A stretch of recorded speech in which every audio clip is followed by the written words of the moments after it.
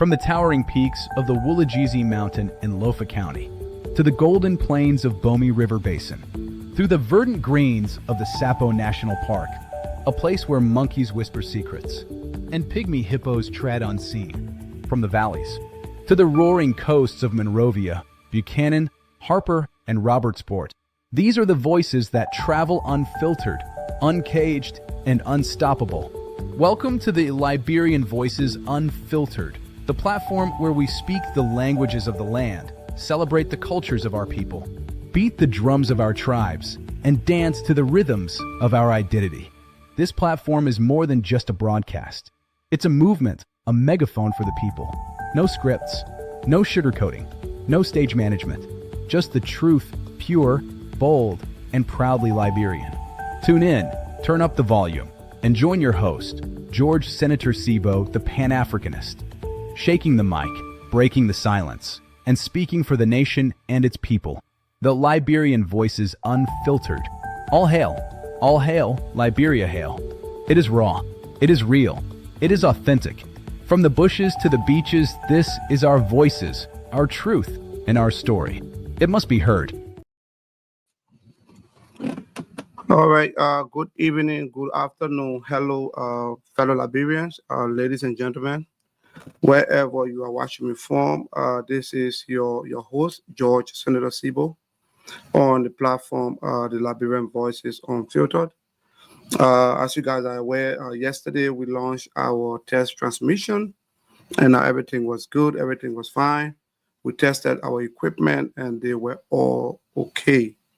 So today is the main day, and we have a very, very, very interesting topic.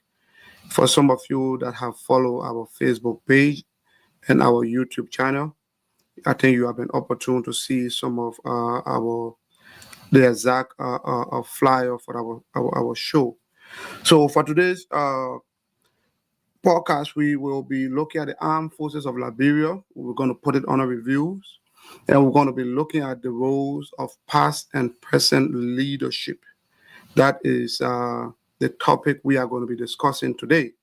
The armed forces of Liberia, the past and present leadership. As you all know, the armed forces of Liberia is one of the major pillars of our existence.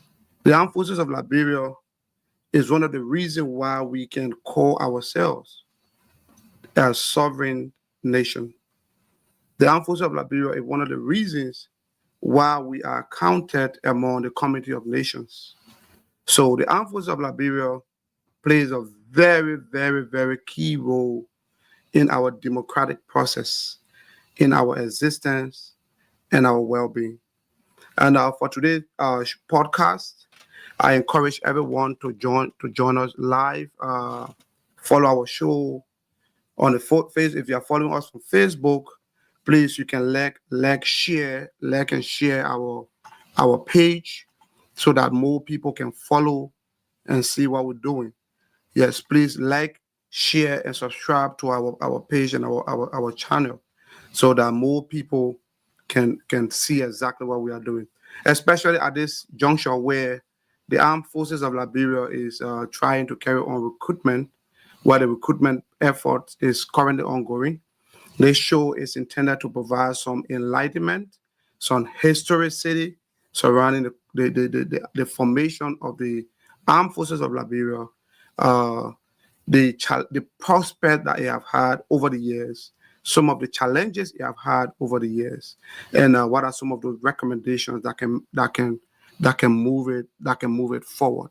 So please share our page, our live, share our live with all of your friends, your loved ones, every active duty military personnel in the armed forces, including enlisted men, soldiers, officers, and that of senior NCOs and warrant officers of the armed forces.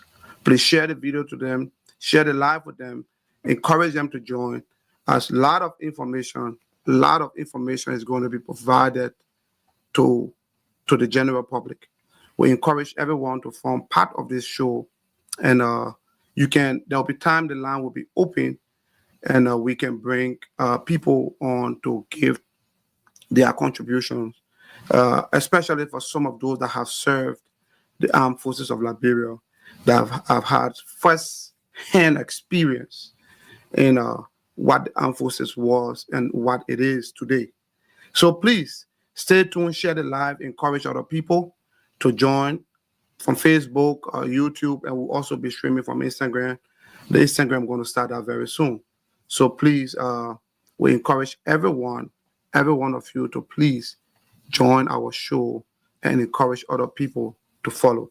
I know it is about 6 o'clock in Liberia. It's early in America. We don't expect a lot of people to join from the United States, but we are expecting people to join from Liberia. Those that want to be part of the new recruitment process, that are trying to join the armed forces of Liberia, this show is going to help you. It's going to be very, very informative and going to give you some backgrounds on how you can proceed. So please share the live and be a part of history making. This is our first broadcast. So being part of it is you are being part of history. So I'm going to be playing our team song. We're going to be playing our team song while we are encouraging other people to form part of this show. So please listen to the team song. It's going to play along while we are encouraging people to form part of this show. Yeah, you're tuned into the heartbeat of Mama Liberia, where truth meets the people and every voice is heard. This is Liberian Voices Unfiltered. Oh, we're speaking truth tonight. Liberia, let your voices rise. From the streets of Monrovia to the hills of Nimba, we're bringing light where the truth's been hindered. Politics and power, let's break it down. We talk the real, no mask, no crown. Economy shaking, but we still stand tall. Business and trade, we can uplift all. From the youth to the elders, we all gotta say. Unfiltered voices paving the way. Liberian voices, unfiltered. Yeah, we tell you how it is, no filter. Liberian voices, unfiltered. The people's mic, the nation's mirror. From Lofa to Cape Town, we talk the truth that really counts. Liberian voices, unfiltered. Yeah, you're tuned into the heartbeat of Mama Liberia, where truth meets the people and every voice is heard. Share the live. This is Liberian Give Voices a Unfiltered. comment. I want to be seeing comment on Facebook. I'm also following it, seeing all those that are making their comment. I'm seeing the comments. Actors, thanks Johnny, we appreciate Anima. Thanks for joining. Please share the live comment and you can subscribe to the Facebook page. You can subscribe to our YouTube channel. It is called Liberian Voices Unfiltered. At the name inside Liberian Voices Unfiltered, we intend to bring you the information related to Liberian welfare and Liberian wealth as it unfolds. It's going to be raw, it's going to be real, and it's going to be authentic. So I'm encouraging everyone, every well-meaning Liberian, to form part of this. There's going to be no form of sugar coating, no stage management on this platform. We're going to have everything going on as planned. And like I said yesterday, this song playing, the song that is playing in the background, we managed to have a couple of them made.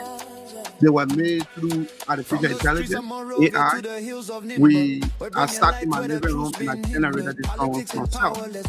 And I can tell you that everyone, every Liberian, especially those that are in the IT, can do this, can help. The unfortunate part about that was, while trying to make the song, I tried to use Liberian voice, Liberian old fashioned. But unfortunately, the AI told me that we don't have the voice. So, but the value and alternative, which was the Nigerian voice, which is at least an African in relation. So I opted for it and I took it, and then Today we can hear these songs and we get these songs, but today our own song. We own copyright to it, and we can play it whenever we wish. It's tailored towards the program, the show. So please share the live. Encourage people to join. Give your comment, give your like, and we will soon be getting into the show. I'm still, like I said, keep on putting your comment. I'm seeing Dr. Taylor, my former high school instructor, Emmett Taylor. Welcome, sir. Your contribution is highly necessary. And this show, like I said, we are not just going to be into politics. It is not just all about politics. Yes, it's good to talk politics at times, but there are sometimes there are other national issues ranging from education, ranging from healthcare, ranging from welfare, ranging from the engineering standpoint, the economy. We have to get into those things. Religious issues, we have to get into them. We have to bring it the way things have been unfolding in Liberia. So we encourage people that want to form part of this venture. Those that want to serve as panelists on this, we have 10 slots open. We're going to put in the numbers at the end of the day on the slide. You can see it. You can send in your interest, and we can talk about it. This show is going to be for young people, not politicians, like I said, that have been recycled or want to get back in government, trying to make their way, to make the voices heard, to make their way back in government. It's for the youth, for young people, and also for well-meaning Liberians, regardless of age, political background, religious affiliation, and the rest of it. We are encouraging everyone to come and form part of this broadcast, of this wonderful initiative. So just a little background before we move on to the discussion. As you may know, our topic is on the armed forces of Liberia, and we are going to be delving into we're going to be reviewing the armed forces in general, but our emphasis is going to be placed particularly on the new armed forces. So our armed forces have had a couple of transitions. That is the old armed forces from 1908, that which was called the Liberia Frontier Force, and then into transition into current day new armed forces, which is referred to as the armed forces of Liberia. We will give you some historical backdrops to those effects. We'll give you some dates and some personality behind the scene that makes it work, that bring it up to speed at this time. Our podcast today, I know we're going to be saying some things raw. We're going to be bringing it as it unfolds. Some people not going to like it. Some people in authority not going to like what we're going to say, but we don't care. We're not on their payroll. We're not worried about them. We are going to make sure that the Liberian people going to get the information they need, so that we all can know what is happening around us based on current unfolding things. So again, let me play our intro video for some of you that are just joining, and then we can begin the show right after our intro video. Please stay tuned, share the live, subscribe to our channel, invite people to the show so that they can follow. There are a lot of good information we're going to provide here today. Very, very useful to active duty personnel, useful to those that are wanting to join the armed forces now that the armed forces is going into recruitment process. Please share this information, and then we'll open the line at some point for people to call in and give their comment and their analysis. Thank you, and stay tuned for our intro video. Again, this intro video, just to put out a disclaimer, was also made through the kind guidance of AI, artificial intelligence. We sat in our living room and we came up with this video, and then we were able to produce the video. And again, the video, AI told us they don't have a Liberian accent to use. So the closest accent to Liberia was at least American accent, so we use that. Please don't judge the video too much. It's just for information sharing purposes, and it's tailored towards the show. So please stay tuned for that. From the towering peaks of the Woolajezi Mountain in Lofa County to the golden plains of Bomi River Basin, through the verdant greens of the Sapo National Park. From the towering peaks of the Woolajezi Mountain in Lofa County to the golden plains of Bomi River Basin, through the verdant greens of the Sapo National Park, a place where monkeys whisper secrets and pygmy hippos tread unseen. From the valleys to the roaring coasts of Monrovia, Buchanan, Harper, and Robertsport, these are the voices that travel unfiltered, uncaged, and unstoppable. Welcome to the Liberian Voices Unfiltered, the platform where we speak the languages of the land, celebrate the cultures of our people, beat the drums of our tribes, and dance to the rhythms of our identity. This platform is more than just a broadcast. It's a movement, a megaphone for the people. No scripts, no sugarcoating, no stage management, just the truth, pure, bold, and proudly Liberian. Tune in, turn up the volume, and join your host, George Senator Sibo, the Pan-Africanist, shaking the mic, breaking the silence, and speaking for the nation and its people. The Liberian Voices Unfiltered. All hail, Liberia hail. It is raw, it is real, it is authentic. From the bushes to the beaches, this is our voices, our truth, and our story. It must be heard. Okay, there you have it. That is our intro video. We have it was made through the kind courtesy of artificial intelligence. I sat down in my living room and I made that video myself. Through the guidance of research and other stuff that I did. And then once more, we will play our theme song. Then we can get into the issue. Please share the live, invite people to the show so that we can have the useful information that we need to know exactly how our armed forces have been functioning, how things have been working for the armed forces. Please share the live, and we are looking to see you guys join the show. Yes.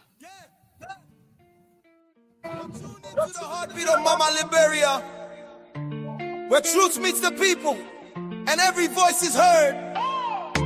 This is Liberian Voices Unfiltered. We're speaking truth tonight. Liberia, let your voices rise. From the streets of Monrovia to the hills of Nimba, we're bringing light where the truth's been hindered. Politics and power, let's break it down. We talk the real, no mask, no crown. Economy shaking, but we still stand tall. Business and trade, we can uplift all. From the youth to the elders, we all gotta say, unfiltered voices paving the way. Liberian Voices Unfiltered. Yeah, we tell it how it is, no filter. Liberian Voices Unfiltered. The people's mic, the nation's mirror. From Buchanan to Bong, from Lofa to Cape Mount, we talk the truth that really counts. Liberian Voices Unfiltered. Your story, your power, your sound. Healthcare, education, Yeah! You're tuned into the heartbeat of Mama Liberia, where truth meets the people and every voice is heard. This is Liberian Voices Unfiltered. We're speaking truth tonight. Liberia, let your voices rise. From the streets of Monrovia to the hills of Nimba, we're bringing light where the truth's been hindered. Politics and power, let's break it down. We talk the real, no mask, no crown. Economy shaking, but we still stand tall. Business and trade, we can uplift all. From the youth to the elders, we all gotta say, unfiltered voices paving the way. Liberian Voices Unfiltered. Yeah, we tell it how it is, no filter. Liberian Voices Unfiltered. The people's mic, the nation's mirror. From Buchanan to Bong, from Lofa to Cape Mount, we talk the truth that really counts. Liberian Voices Unfiltered. Your story, your power, your sound. Healthcare, education, Yeah! You're tuned into the heartbeat of Mama Liberia, where truth meets the people and every voice is heard. This is Liberian Voices Unfiltered.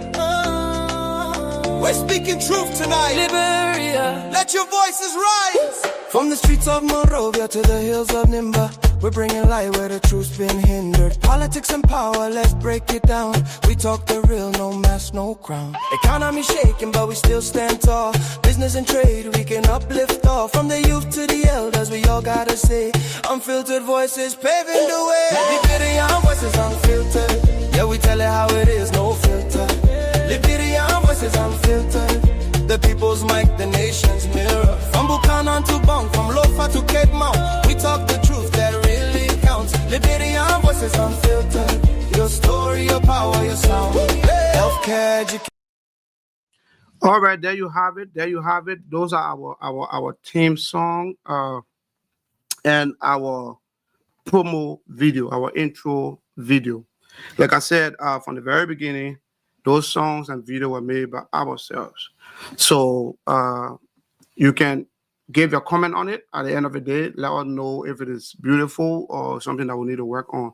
But like I said, it is we can't change the voice. We try AI to us that no, they don't have Liberian voice. So I'm encouraging our Liberian IT guys to go out there and put Liberian voice, the Liberian voices in that thing, so that other people that have intention of making similar video or making their own songs for their program can use Liberian voice while we want an opportunity to do that. So before I begin, let me let you know that this show is our first broadcast is dedicated to my late senior brother, Mr. Amos Sibo Jr. Mr. Sibo have always wanted us to have our live platform like this, where he will be able to provide some insight on what has been going on in Liberia. We plan on doing these things, but unfortunately, the cool hands of death took him away from us earlier, some part of last year. Mr. Sibo was a father figure in my life. He has been a father figure in the life of many people. Mr. Sibo was a teacher, a lecturer. He was a mentor. He provided guidance to so many Liberians and even outsiders, like foreigners. He have worked in the public sector, and he have contributed a lot in making Liberia to what it is today. So may his soul and the soul of all departed rest in perfect peace. And also to all fallen comrades of the armed forces of Liberia, those that laid their lives down to protect the freedom and protect the sovereignty of our nations, those that went out there on peacekeeping missions to represent Liberia on the battle scene and sustain some casualties. Some of them die in the process. Some of them sustain real injury. And this is also dedicated to them. So for this, for our podcast, whenever we are coming online, we are going to, every show is going to have something we call food for thought, which some social scientists like myself and scholars will say, we could refer to them as a proverb or wise saying. So the food for thought for today's program is this. So say life on earth does not stop or slow down simply because you are normal. Life on earth does not stop or slow down simply because you are normal. Life goes on. Whether you are dead or you are alive, the earth keep moving on. That is the food for thought for our show today. Every show, like I said, will definitely bring on food for thought. In every show we're gonna have that. If you have some good food for thought that you want people to know, people to hear about, that you think is a wise saying, please share it in the comment section. We can use it during our live podcast. These things are very important. It reminds people of some things. Some people think that life revolves around them, that the earth rotates around their orbits. Not true. We all are passerby on earth. We are existing because God wants us to exist. The day he don't want you to exist, he pulled the plugs, and that's it. We will cry no matter what. You are dead and gone. We can't bring you back. So that is it for our food for thought. So let us get into the nitty-gritty of our show. I know everyone has been waiting eagerly to hear what we got to bring concerning the armed forces of Liberia. Like I said, our topic on the discussion is the armed forces of Liberia in review. We are going to be looking at the role of past and present leadership of the armed forces.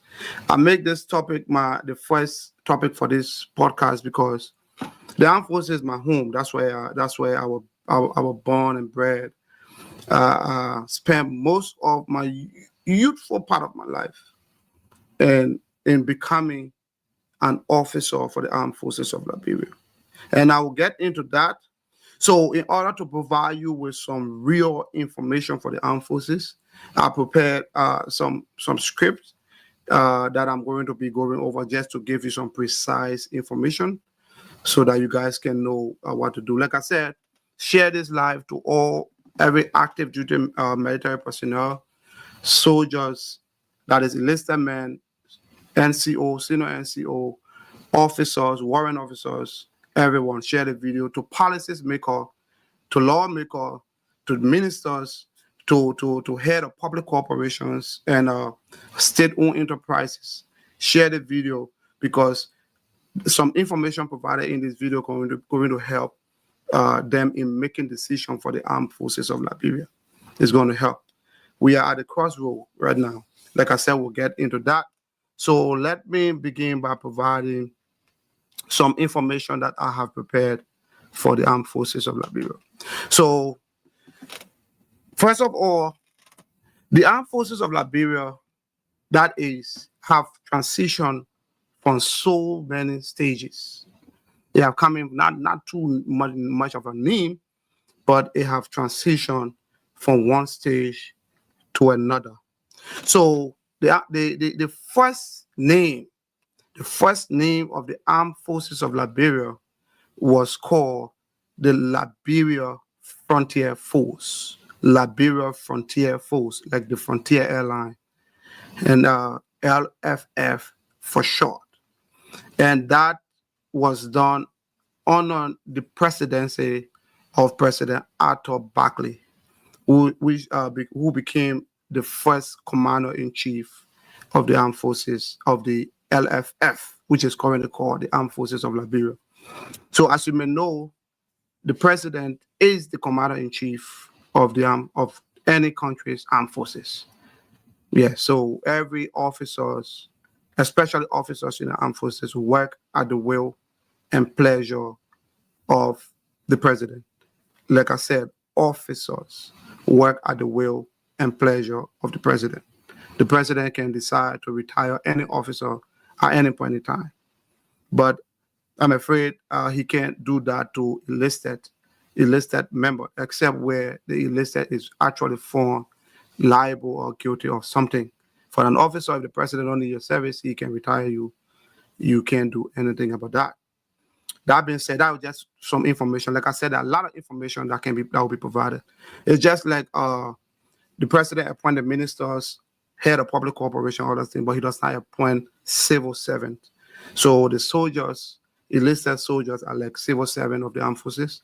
You cannot just dismiss them like that. They have to go through some process, except where they are in gross violation of the Uniform Code of Military Justice. And you see that of recent, you saw some transition. The president retired other soldiers and other officers, and promoted some of them to the position of chief of staff. To the position of minister, and what have you. So the president can do that. So the Liberia Frontier Force was established for for a couple of reasons. One of them, to patrol and maintain law and order. In those days, there was no too much demand. In 1908, there was no much demand. And there was no too much war and things going on. So the armed forces were almost like playing the capacity of like a police. So they were there to maintain to patrol our borders, making sure that we don't have incursion on our land and we don't have like insurgents coming in. And they were also responsible to provide law and order. Yes, that was some of the role of the Liberia Frontier Force. And the Liberia Frontier Force had previous commanders. There was commanders. In fact, there were commanders that funded that were part and parcel of the founding members of the Liberian Frontier Force. And I will tell you, those history always take into consideration officers and generals. I don't know why would they do that. And the backbone of the military are the soldiers. History should count soldiers too. We need to start doing that. Remembering some soldiers in our quest for better Liberia. We need to be naming some roles after some soldiers, some police officer, some immigration officer. We need to be naming some public buildings, some libraries after them, because they have been the backbone of the military. Officers, play the administrative role, the supervisory role, but the soldiers actually does the job. So we should be remembering them. So for previous command of the armed forces, and all of them were American Army officers. So we have Major Charles D. Young, Major Charles D. Young, and Captain Roundtree.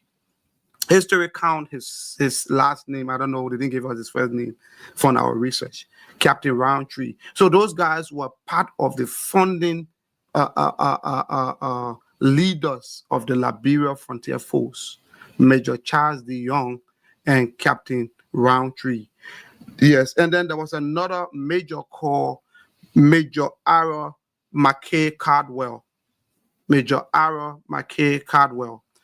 Major Cardwell served as the commander of the Liberia Frontier Force, but was later removed from office due to a mutiny attempt.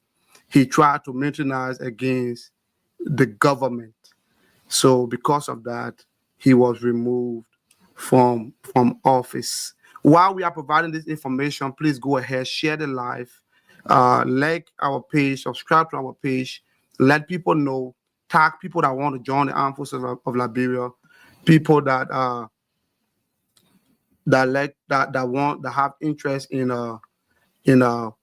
helping the armed forces, in providing knowledge and training, all that stuff, so that they can see these things. Yes. And then to move forward, Liberia, the first chief of staff of the Liberian Frontier Force was Captain Alexander Ara Harper. Alexander Ara Harper was the first chief of staff, not from the Frontier Force, but the title was called, not from the Liberian Frontier Force now, but the title, when he became chief of staff, Captain Ara Harper was appointed the first chief of staff. And this appointment was done during the Charles D.B. King era. Charles D.B. King, President Charles Doma Bordres King. He was the president, I think in the 1920s or something around that time. So he appointed Captain Alexander Ara Harper as the chief of staff. And this appointment took place after his re-election for the third term in Liberia. And we all know, for some historian like myself or people that make research, that election was recorded in the Guinness Book of World Record as the most fraudulent election in history at the time in the world. Liberia can set record too. That was the most fraudulent election in the world. Yes, and it took place right in Liberia. So President King, what makes this election very fraudulent? President King received about 240,000 votes during the elections, while his opponent, Thomas J. Arrow Faulkner, received 9,000 votes. So the margin was very, very wide. But that was not the reason why they said it was fraudulent. The major reason was because the voter registration record indicated that there were only approximately 15,000 registered voters. How can you have 15,000 registered voters and then you got 240,000 votes? Liberia is a historical country, and that happened way in the 1920s, 1927, way back. So our country have been flooded and triggered with fraud and corruption and mischief, dated back from past administration. So, and those are things that we'll be looking at too in the future. So the election scandal, the election scandal coupled with some forced labor practices and modern slavery was being investigated by the League of Nations. For some of you that understand the League of Nations was the organization that existed before the United Nations was formed. So that was the first one, and it failed. It failed for several reasons. We're not going to delve into that in the show. So the League of Nations investigated, and they said that the election was very fraudulent. So in 1930, President Charles D.B. King was forced to resign. He resigned and was succeeded by President Edward Buckley. So this is just some historicity of that fraudulent election so that people can know that election malfeasance have been dated way back in Liberia. It came back from way back. We inherited it for some of our past leaders. Yes. So let us focus now on our armed forces. So there was an act way back in 1959, after the AFL was evolving. There was an act creating what we call the Liberian National Coast Guard. So the Coast Guard Act of 1959 created the Liberian National Coast Guard. And this act later on became replaced by the new National Defense Act of 2008. So it took off a very long time, and then later on it became repealed and replaced by the 2008 National Defense Act. We're going to get into that new National Defense Act. We're going to get a little bit into that.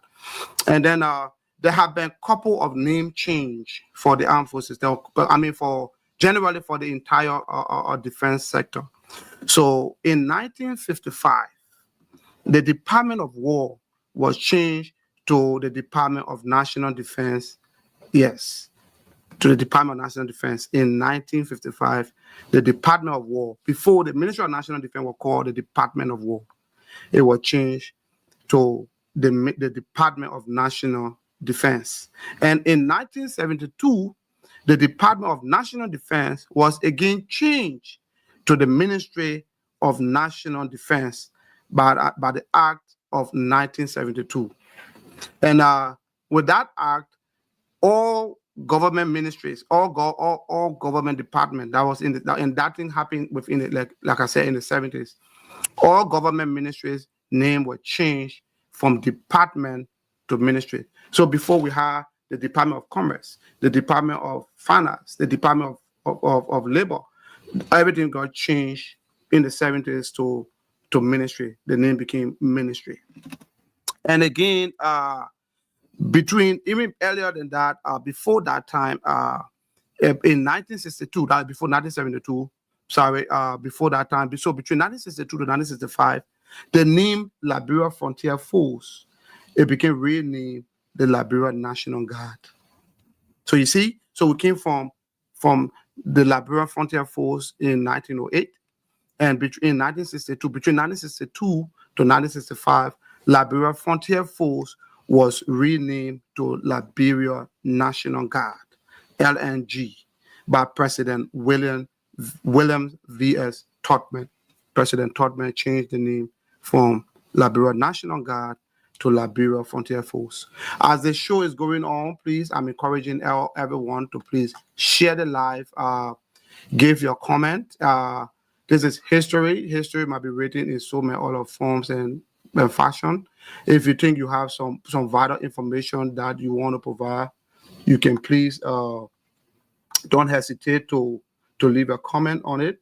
Yes, put in your comment. I'm going to see the comment. I'm going to refer to some of it. I'm going to be able to talk to some of the comments. And thanks to all those that are following. Keep sharing, keep liking the page, keep making a comment, subscribe to our page. This podcast, this platform came to stay. It's not going anywhere. So I encourage you to subscribe to it. I encourage you to follow it. We're going to give you a lot of information. It's going to be very, very informative. It's going to be educative as well as entertaining. So please don't hesitate to join us. We are looking for panelists, well-meaning Liberians that want to form part in history making. This platform is not designed for just only politicians to come, unlike other platforms that will only call people that are making just headway in the news to get on the platform. No, this is for the youth. It's for young Liberians, for everyone, every well-meaning Liberian that want to contribute to Liberia growth and development and progress. Yeah, so having said that, the old armed forces were organized as into brigades. So, and those brigades were often called Liberia National Guard brigades. So there were several battalions and support units of that of the LNG. So the LNG would know the Liberia National Guard. During the LFF, they didn't have that. So the new, when the name changed from LFF and development had taken place, there were need to increase the armed forces. There were need to modernize the armed forces. It began to, so the president and other military advisors around the president came up with a full expansion to this effect. So we had a history recorded that we had a couple of battalions. Yes, and I will just name a few of them. We had the 1st Infantry Battalion, and that battalion was located in Camp Shefflin. The 1st Infantry Battalion was located in Camp Shefflin. Then we had the 2nd Infantry Battalion, and that was located in Camp Todi. And Camp Todi were also referred to as Camp Talbot. Camp Talbot, the 2nd Infantry Battalion home. And the home to the 3rd Infantry Battalion was the Barclay Training Center, which we refer to as BTC, where the Ministry of National Defense currently sits. That is where the 3rd Infantry Battalion was located. And then we had the 4th Infantry Battalion. The 4th Infantry Battalion was located in Zwedru, that were responsible to provide security and border policing within the southeastern region. So the 4th Infantry Battalion was located on that side. And we also had the 5th Infantry Battalion was located in central Liberia, that is around Banga. It was in Banga. That's where the 4th Infantry Battalion was. Like I said, if you have more information on this, please send out your comment. We will follow it. We will read your comment, and we can say a lot about it. Don't hesitate. This show is new. We're going to be perfect in it with time. But please, your support is needed as we proceed. So the 6th Infantry Battalion was in Bombay Hills. So we had another battalion in Bombay Hills. And then we also had the engineering battalion, which are also called like the Field Artillery. We were grouped into the Field Artillery. So we had the 1st Field Artillery Battalion. Then we also had the Armor Unit. Armor are those that carry like those guys that are responsible for armor, those big weapons and other stuff. And then the armor, like the guys that are responsible for army ammunition, storage and maintenance and upkeep.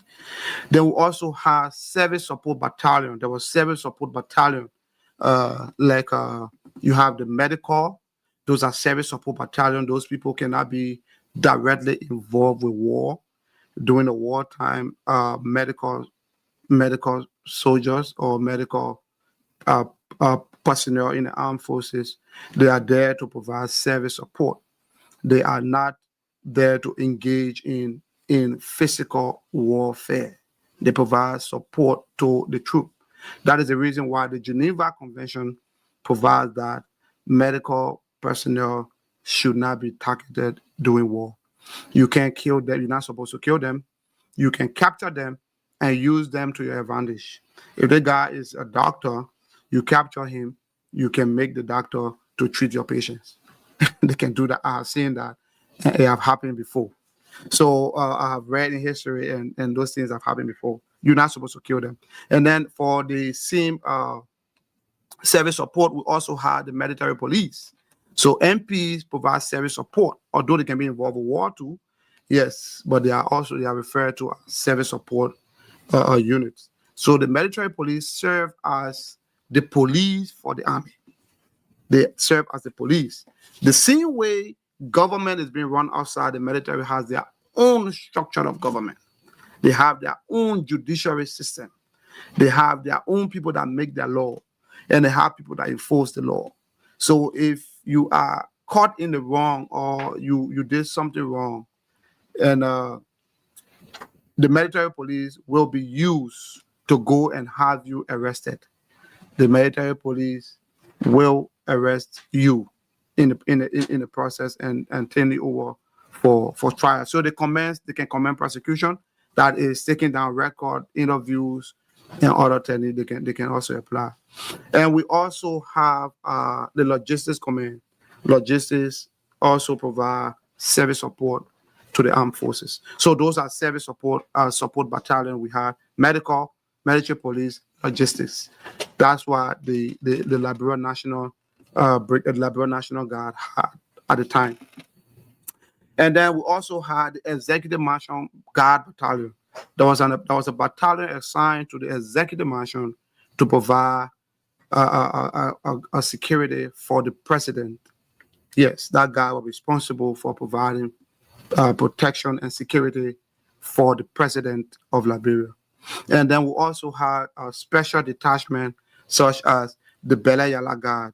So the Bela Yala Guard were those, Bela Yala, where they keep high-profile prisoners, people that have violated our laws, people that were involved with some heinous crimes. They were taken to Bela Yala for safekeeping. We refer to that safekeeping. And it is a correctional facility, and it was a maximum correctional facility. So we have people there. So look at our old armed forces, right? I'm saying this to set the basis for our real discussion.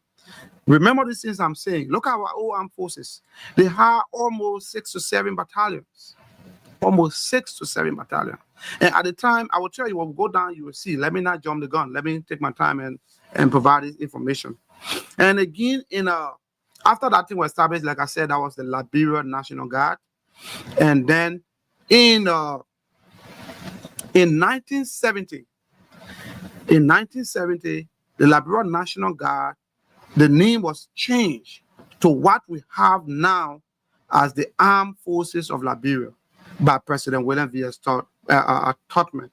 So the name changed from Liberia National Guard to the Armed Forces of Liberia. So you see the transition. It came from Liberia Frontier Force. It came to the Liberia National Guard. And then it finally came to the Armed Forces of Liberia. We don't know what the future holds. We don't know if it's going to change again. But for now, this is what we have. The Armed Forces of Liberia, the AFL. And then the postal strength, that is the strength, when I say postal strength, that is the strength of active duty personnel. In the late 1970 and 1980, I mean before that coup time, the strength, that is the personnel that is actively serving the armed forces, was 6,300. We have up to 6,300 active duty personnel. Please share the live, invite people, soldiers and officers, well-wishers, people that want to form part of the armed forces. These are history that they would like to know. These are information that they would like to have. Please share this information with them. Share the live, comment, provide your comment, and give us your thought on what we're doing, and let us know if it is something that we can improve upon. We need it. We just started the show. There's a lot of room for improvement. So please, your recommendation, your input is highly, highly recommended. So we had 6,300 active duty personnel at the time. That was in the late 70s to 1980.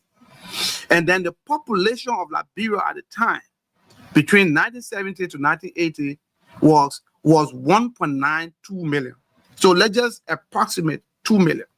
So we had 2 million people that was being protected by 6,300 active duty personnel. Look at the number. I'm setting the basis for our original discussion. Like I said from the beginning, our original discussion is focusing mainly on the new armed forces of Liberia, which started in 2006. That is where our focus is going to be. I'm just setting the basis, the background for the real discussion. So this information that I have provided is going to be vital to our incoming discussion. So the information I'm providing now, I'm going to post it on the Facebook page and our YouTube page. You can go back and use it as a reference guide in the future. Those are very good information that you might need to keep, especially for those that have interest in joining the military or one day becoming a leader in the Ministry of National Defense or in the security sector. So we had a population of 1.92 or approximately 2 million, and we have 6,300 active duty men. So let me deep a little bit into the armed forces of Liberia participation in peacekeeping mission. So the armed forces were involved in peacekeeping mission in the early 60s. I mean, in 1960s. So they went for peacekeeping mission in the Democratic Republic of Congo. So Liberia excelled there. They did great. They participated. And today, even though there are crises in Congo, war is ongoing in Congo, but I believe at the time Liberia played her role, and Congo became stable to a larger extent before the war started escalating again. So the old armed forces were involved with very good participation in the war with peacekeeping and peace enforcement. And then after that, around 1980 or so, came the Liberian Civil War. The war started around, you guys know that when the war started, a lot of things began to happen. We had insurgency, we had rebel group begin to form, we had so many things started happening. So because of that, when the war went on, there were a lot of faction within the armed forces. There were a lot of command and control, people doing their own thing. There were a lot of coup and counter coup. The armed forces became fragmented. It had a lot of fragment, it had a lot of faction. You cannot have an armed forces that is divided. That is not an armed forces. Even Boy Scout, you have to be together. If you are divided, you cannot protect the people. So because of that, because of those things, the armed forces was because of all of those things, the armed forces was in complete disarray, complete chaos. So after the war, when the war subsided, due to the international community involvement, several peace meetings were held for Liberia in different countries. So the armed forces of Liberia, because of that, in one of the meetings for the betterment of Liberia, which is the Accra Peace Accord, the recommendation from the Peace Accord established that in order for Liberia to be stabilized, in order for Liberia to get better, they will need to disband the armed forces of Liberia and establish a new one. Yes, they will need to disband the armed forces of Liberia and establish a new one. That was the recommendation from the Accra Peace Accord. So, and they started the process gradually. So, from the Accra Peace Accord, they came up with something called, when the United Nations peacekeepers came to Liberia, they started the process called the DDRR. DDRR stands for disarmament, demobilization, rehabilitation, and reintegration. So they said the first thing, we should get involved with disarmament. We should disarm all faction. Because the armed forces at that time was still to do, but were not fully dissolved yet, but they were not counting on them. We were counting on the United Nations peacekeepers and ECOMOG, let's say ECOMOG at the time, and other people to help stabilize things, especially during our civil war and things. So, of recent, during the disarmament time, when UN was around, so they started the DDR process. So, like I mentioned before, if I didn't say that, around the 1990 time, when the civil war was heated, ECOMOG, there were ECOMOG soldiers from Nigeria, from Ghana, from other countries came in to Liberia to help enforce peace. So ECOMOG time, that was peace enforcement. So peacekeeping, peace mission involves several stages. And this is information other people need to have and need to know. There are several stages of peace UN peace mission. So there's something called peace enforcement. If there's no peace, you can't keep it. You got to first enforce the peace. When the peace is established, then you can keep the peace. So Liberia, by the 1990s, there was peace enforcement. They're forcing you to keep the peace, to establish the peace, and then before peace enforcement can start. Yes. So the DDR process went on. Warring factions, malicious group, all of them became, they went through the process. They went through the disarmament process. They were demobilized. They were rehabilitated. And then for the reintegration part of it, a lot of people complain that the reintegration was not properly done. But according to what was on the paper, that was what was intended for. And a record has indicated that in the history of peacekeeping, Liberia recorded one of the most successful disarmament process. According to the report, 98% of the weapons, arms, and ammunition were recovered. And it was burned. It was destroyed. Yes, it was destroyed. So history has shown that we had a successful disarmament process. Yes. So that was just some of the things. I mean, I'm on live. If you can, people are calling. If you can just stop calling, we'll open the line for people to call in. Yes, please. I'll open the line for people to call in. Yes. So that was it for the disarmament for the DDR process, and then and like I said, the reason for this disbandment of the armed forces was for the armed forces were ethnically politicized. There were a lot of ethnic groups. So the Loma soldiers said they will go protect the Loma people. The Kisi soldiers said they will protect the Kisi people, and everybody. It was really fragmented. It was really fragmented.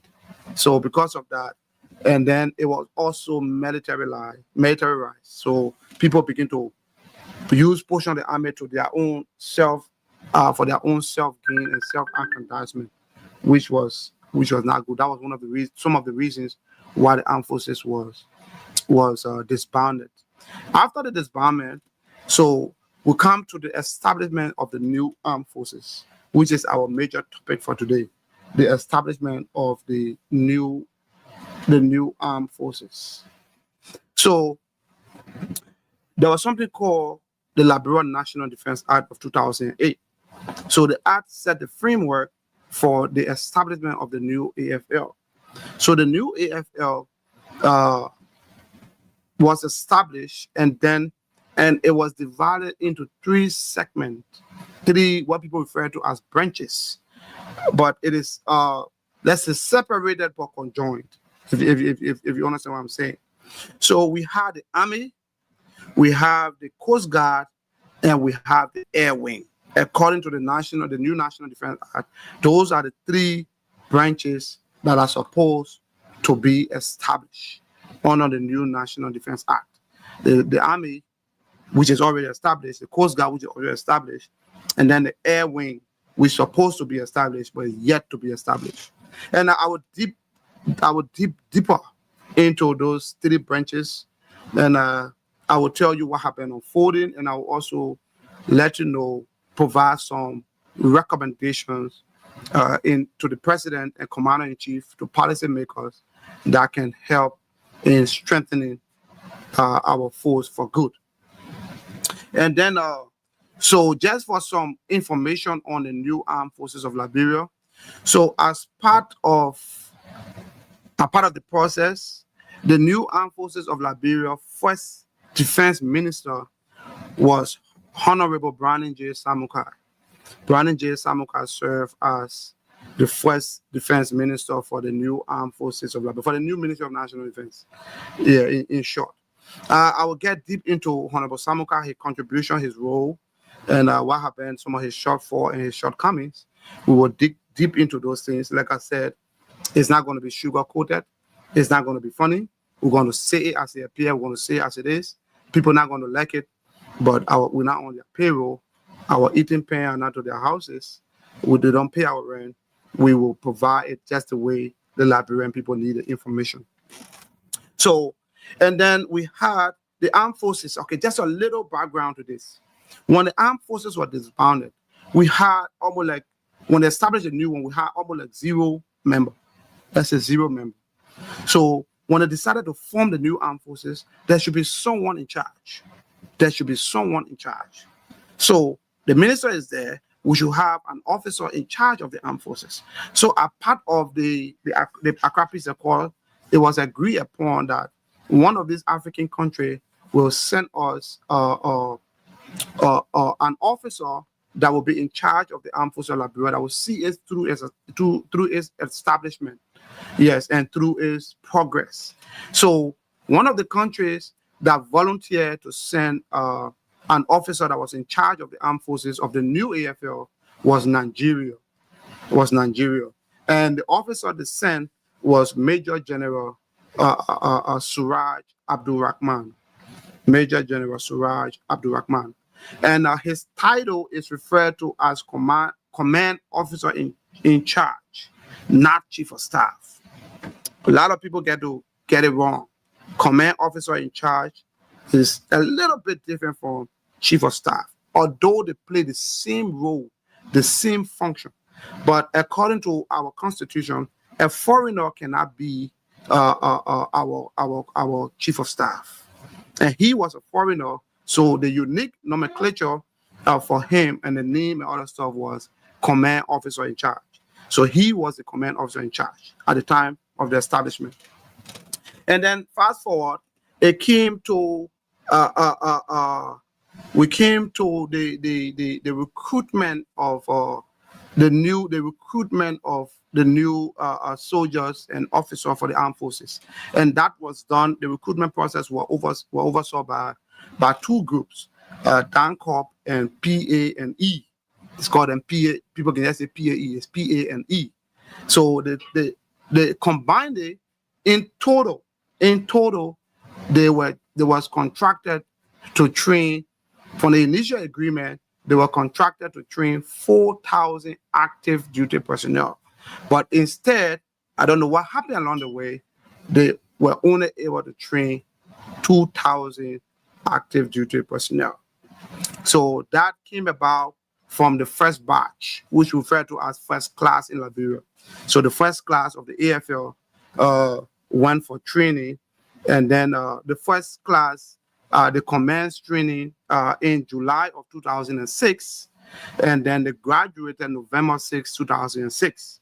That was when the first batch, or you call the first class of members of the new AFL graduated. And in total, there were 106 soldiers that completed their initial entry training, which we call the RET. So the RET was 106 soldiers that completed that. Please, as the live is going on, please give your comment. I'm seeing your comment. Give us your thought on what we can do, to improve on the thing. Someone said I am speaking fast. Please let me know. These comments are going to help. These comments are going to help. So someone wants me to slow down. I'm going to slow down on the way I speak. I think that will help. Thank you, Mr. Badio, for your recommendation. I am going to follow that. So the first batch of the Armed Forces of Liberia, the first class, were 106 soldiers that completed their initial entry training. And then fast forward, these soldiers grow, some of them became commissioned into officers. And the training lasted for 3 months, basically. 3 months training for the first batch. 3 months. I can promise you, from my knowledge of military administration and my knowledge of and my training from the Nigerian Defense Academy, I can assure you that 3 months is not sufficient to train an effective soldiers. It's not sufficient. People want to compare it to America and other places. America has all of the infrastructure development. They have all of the architectural design to have a crash program. Liberia don't. The great Nigeria, which is referred to as one of Africa's superpower, Ghana and other places, they train their soldiers for at least 6 months, not 3 months. It's not sufficient.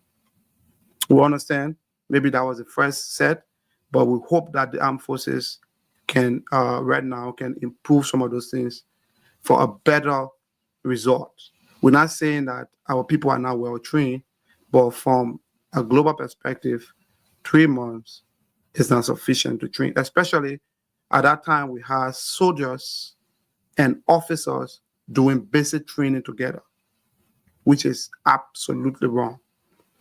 In modern warfare, dated back from the 60s to the 70s, you can't train a soldier and an officer together.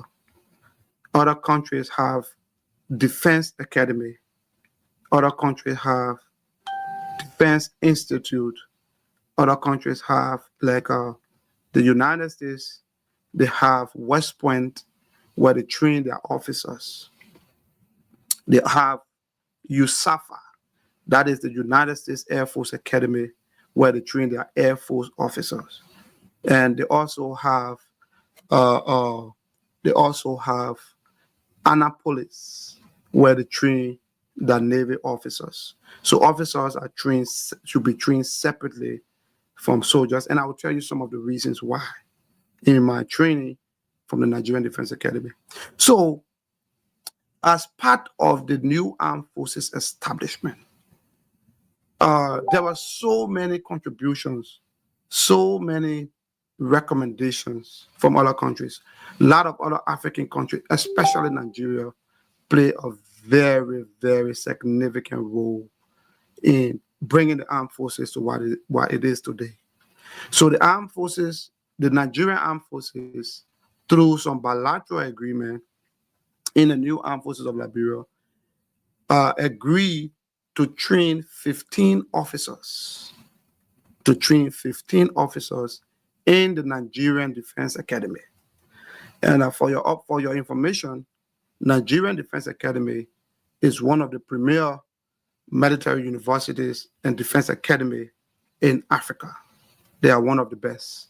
Nigerian Defense Academy have produced tons and tons of officers that have withstood the test of time, that have contributed to global peace. Nigerian Defense Academy have brought to book a lot of reputable names in the likes of President Tijani Babangida, President Olusegun Obasanjo, President Muhammadu Buhari. Those are great President Sani Abacha, great leaders that today history can remember. And they have also trained great Africans around the world that have become president in their country today. So the Nigerian Defense Academy is one of the outstanding military universities and academy that Africa can boast of. Yes, Africa can boast of this academy. When you see me looking left and right, I'm monitoring the Facebook stream. I'm looking at my Facebook. I'm also looking at YouTube, trying to follow comments and following the recommendations from people on here. Yeah, so That is, I will deep dive into the Nigerian Defense Academy and give you more insight. But those are schools that were great. So they opted in to provide training for 15 officers, of which I was privileged. That's a rare privilege. I was privileged to form part and parcel of that history. That was the first time for a Liberian to have ever attended the Nigerian Defense Academy since its establishment in the 60s, in the 1960s. That was the first time Liberian went there to school and for training. And the selection process went on. Instead of 15, because the process was very rigorous, it was very, very challenging. Instead of 15, they were not even able to get 15. They went through the whole vetting process. I will deep into that. Let me give you the summary of this first, and then I will jump into the Nigerian Defense Academy before we can go on to the modern AFL leadership. So the first batch graduated, and we have 106 personnel. And then some of those personnel became commissioned as officer. And some of those officers for the first class or first batch we have today, Major General Prince Johnson retired. He was member of the first batch. Major General Zianka retired. Let me say Zianka first because Zianka was promoted before Prince Johnson. He was member of the first class. We had Minister Geraldine George. I forgot her last name. Forgive me, ma'am. I forgot the last name. I heard you got married. Yes, but Geraldine George, Brigadier General Geraldine George retired. She's the current current defense minister of Liberia. She was member of the first class. We have Major General Fuller, that is the current chief of staff, were also part of the first class. There were a lot of other officers that were part of the first class. There were not many. I don't want to name all of them to bog you with the time, but those are key people that have made headways already. Those are some of the names that I'm providing you with that information. Please, as the live is ongoing, please share the live, like our page, subscribe to our pages on YouTube and Facebook. The live is being on both, it's been viewed both on Facebook and our YouTube channel. Our Facebook page is Liberian Voices Unfiltered. You can go there, you can follow the page, you can subscribe to the page, you can like it, you can leave a comment. We will appreciate that. And our YouTube page is also called Liberian Voices Unfiltered. So you can also follow our YouTube pages, our YouTube page and our Facebook page. So let me talk a little bit about the Liberia New Armed Forces involvement into peacekeeping missions around the world. So the Armed Forces of Liberia, right now, the new AFL, as compared to the previous AFL, we have, look at, even when you see the structure, how many battalions we had, how many brigades. We got one infantry brigade. We got one brigade. As compared to the previous administration, previous AFL, that had a couple of brigades and a lot of battalions. And what would interest you was that the population at that time was only 2 million people. They had up to 6,300 soldiers to defend the territorial integrity of Liberia, to defend the sovereignty of Liberia. Today, we have almost 6 million people, 5 going to 6 million people. Our armed forces strength is under 2,000. We're going to talk more about that. That should not be the case. We should be progressing other than regressing. That's a complete regression. We can't, in the new Asian stage, there are a lot of progress. The government needs to do better for the armed forces. But we'll get into that when I get off script. Now I'm really on script. So, like I said, the new AFL were involved in the peacekeeping mission, and they have gone for peacekeeping mission in Mali, in Sudan and South Sudan. As you may know, there is a Sudan and there's a South Sudan. Some of these missions we carry troops. Some of the missions we serve as observers for the mission. Observer means you have officers that participated in the observing mission that went there to help guard the troops. Not every one of them would take troop to, but some of them would take troop to them. So like I said, the number of the strength of the armed forces of Liberia, plus or minus 2,000, that is something that we should be ashamed of ourselves for. That number does not reflect the population. They don't reflect the population. And I'm going to talk more about that. And then the current population of Liberia is 5.2 million people. That is based on the 2022 census. So 2022, we were 5.2 million. Today, we are more than that number. And we have strength of under 2,000 people. This show is intended to provide enlightenment to Liberians, to let them know what we are confronted with, the challenges that the armed forces are facing. We're going to outline some of them. Our soldiers, our officers, their hands are tied. They cannot speak truth to power like the way I'm doing. I'm an ex-service personnel. I can talk. I'm a civilian now. I can speak. And then, I know I should not compromise national security, and which, of course, I'm aware of that. But every country around the world have their process training of military. If you Google the American military process training, it will tell you how many personnel is there. So the number of personnel you have approximately is not breaching national security. I can say that for a fact. It does not breach national security. And then, so the current armed forces of Liberia is grouped into. We have the headquarters, which is currently located at the Barclay Training Center. That's the headquarters of the Armed Forces of Liberia.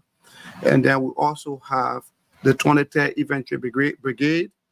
The 23rd Infantry Brigade is located at the Camp Shefflin military barracks. And then the 23rd Infantry Brigade is divided into 2 battalions, 1st Battalion and 2nd Battalion. And then we also have the Liberian Coast Guard. The Liberian Coast Guard that is located on the Coast Guard base somewhere on the Bourgeois Island. There, that's where that's the headquarters of the Liberian Coast Guard. And then another component that the armed forces of the new national defense are provided was the establishment of the air wing. So the air wing was supposed to be established by the same act that created the Armed Forces of Liberia, the Coast Guard. But today, I don't know what our politicians are doing, if they are playing games or does not have the country interest at heart, or they don't want to do the right thing. They prefer putting the monies into their pockets and enriching themselves and their family. Today, your armed forces does not have the air wing, which is a shame. Our neighbors, country that we help to give birth to, country that we help to give them independence, they are far off and better for the armed forces. Our armed forces is stagnated because of too many political influence. Our armed forces are not making progress. The soldiers and officers cannot say this because they are subject to the UCMJ. They cannot provide this information because they are somebody somewhere going to prosecute them. That's why they can't see it. So we as ex-service personnel, we should be able to provide those information to policies maker so they can wake up from their slumber, so they can wake up and look at the Armed Forces of Liberia as the pedal that is holding Liberia's sovereignty, as the pillow that is holding Liberia peace and progress, that is stopping other countries from annexing and deterring us from making other insurgents to take over our land. It's the armed forces of Liberia that we are depending on and other security apparatus. If you are making decisions and you don't put the security of Liberia first, my brother, you are doing injustice to your generations to come. So before I go on strip and begin to talk about the new armed forces, I don't want to go on strip about the new armed forces because I was a member of it, and I got a lot of insight on what has been ongoing. So I don't need to be reading script for that. It's something that I can say of head. So the armed forces of Liberia, the new armed forces, like I said, anything I talk about now is the new armed forces. In the establishment of the new armed forces from 2006, there were a lot of missteps. Those missteps are currently affecting the armed forces today. We say a force for good. A force for good. When you see soldiers wearing uniform and are moving around the city, looking nice, looking beautiful, looking handsome, you think all is well. All is not well with our troop. Mr. President, all is not well with your troop. This message, this section of this message is designed to provide you with information, Mr. President. You are the president and the commander-in-chief of the armed forces. I'm requesting you to pay attention to your armed forces. Pay attention to your troop. If you don't pay attention to your troop, look at your neighbors. See what happened in Guinea. Look at other countries around the world. See what's happening. Those coup and counter coups are happening. I'm not, like I said, I will set a disclaimer. I am not encouraging any coup. I'm a civil man. I like peace. I like progress. We are encouraging everyone, not anyone to pick up arms against the government. No, we are not encouraging that. We are encouraging everyone to do their job. But Mr. President, there is something called duty and there is something called responsibility. It is the duty of the armed forces of Liberia to guard and protect the sovereignty of Liberia by land, by sea, and by air. Those three areas, the armed forces supposed to provide their cardinal role of providing security and protecting the sovereignty by land, sea, and air. Why it is the duty of them to do it? It is the responsibility of government to provide them the tool, the necessary tool that they need to implement their duties and functions. Those tools must be provided. You cannot tell a carpenter to build a house if you don't give him nail and hammer. How is he going to work? How is he going to work? You think the troops are happy, they are not happy. There is something called passive resistance. There is something called passive resistance, Mr. President. You don't want your troop to passively resist you. And when things become, they say, abundance of the heart, the mouth speaketh. Abundance of the mind, action takes place. We don't want to see Liberia going back in the dark days. There have been progress made in the political landscape. There have been progress made in various landscapes, in various sectors in Liberia. We want to see those progress being continued, Mr. President. We want to see these things going on as planned. But if your troops are disenchanted, if your troops are not happy, things will not go on. I will get deep into that. Let me move back a little bit on the peace process. I mean, on the new AFL, where officers were sent to Nigeria for training, as I was saying earlier. So I was one of the privileged few that was selected and vetted to send for training in Nigeria. So according to the agreement, we were supposed to be 15 officers selected and vetted to be sent to Nigeria for training. We were supposed to be 15. I think that was around 9, 10, or 11. That was way back in 2006, right after high school, when I graduated from high school, fresh and ready. When we went for that engagement, fresh and ready. In our subsequent show on the armed forces, I will bring you some of those pictures when we were vetted and to go to the Nigerian Defense Academy. I'll show you some of those pictures, how we were looking skinny, and when men were boys when we went to the academy for training. So during the process, because it was very rigorous, Nigeria had a strict guideline for the academy.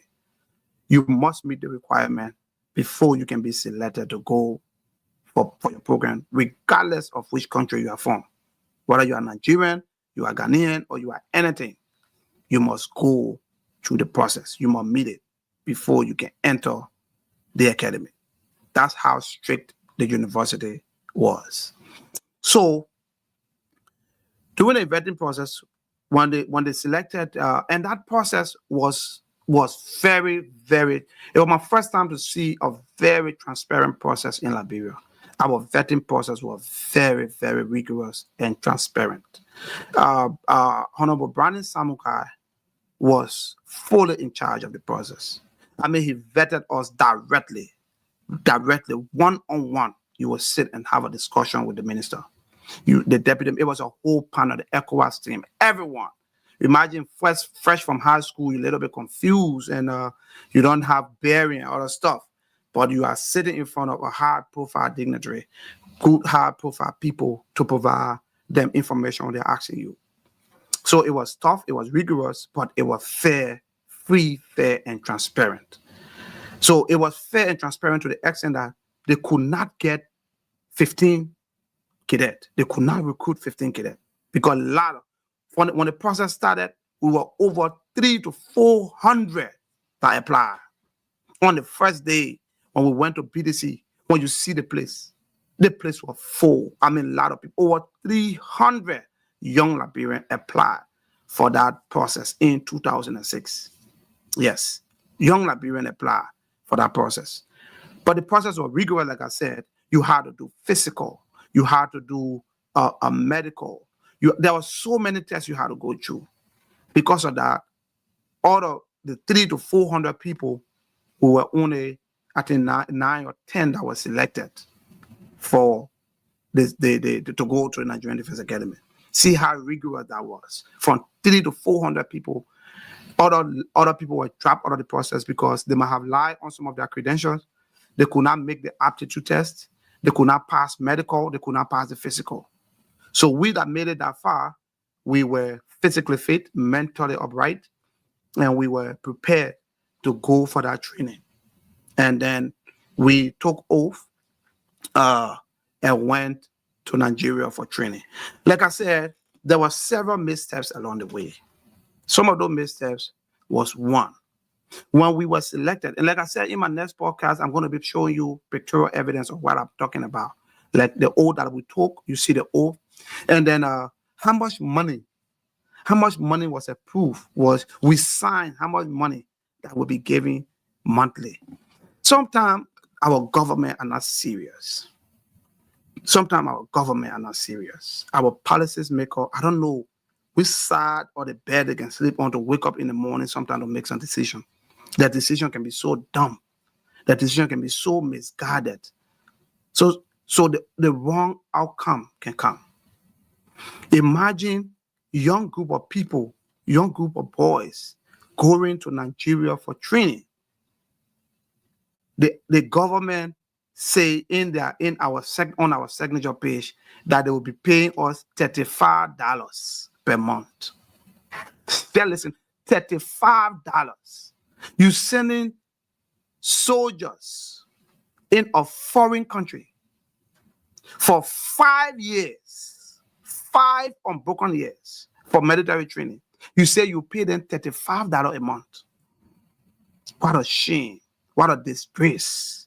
That was a very huge mistake. When we got to Nigeria, we were stranded.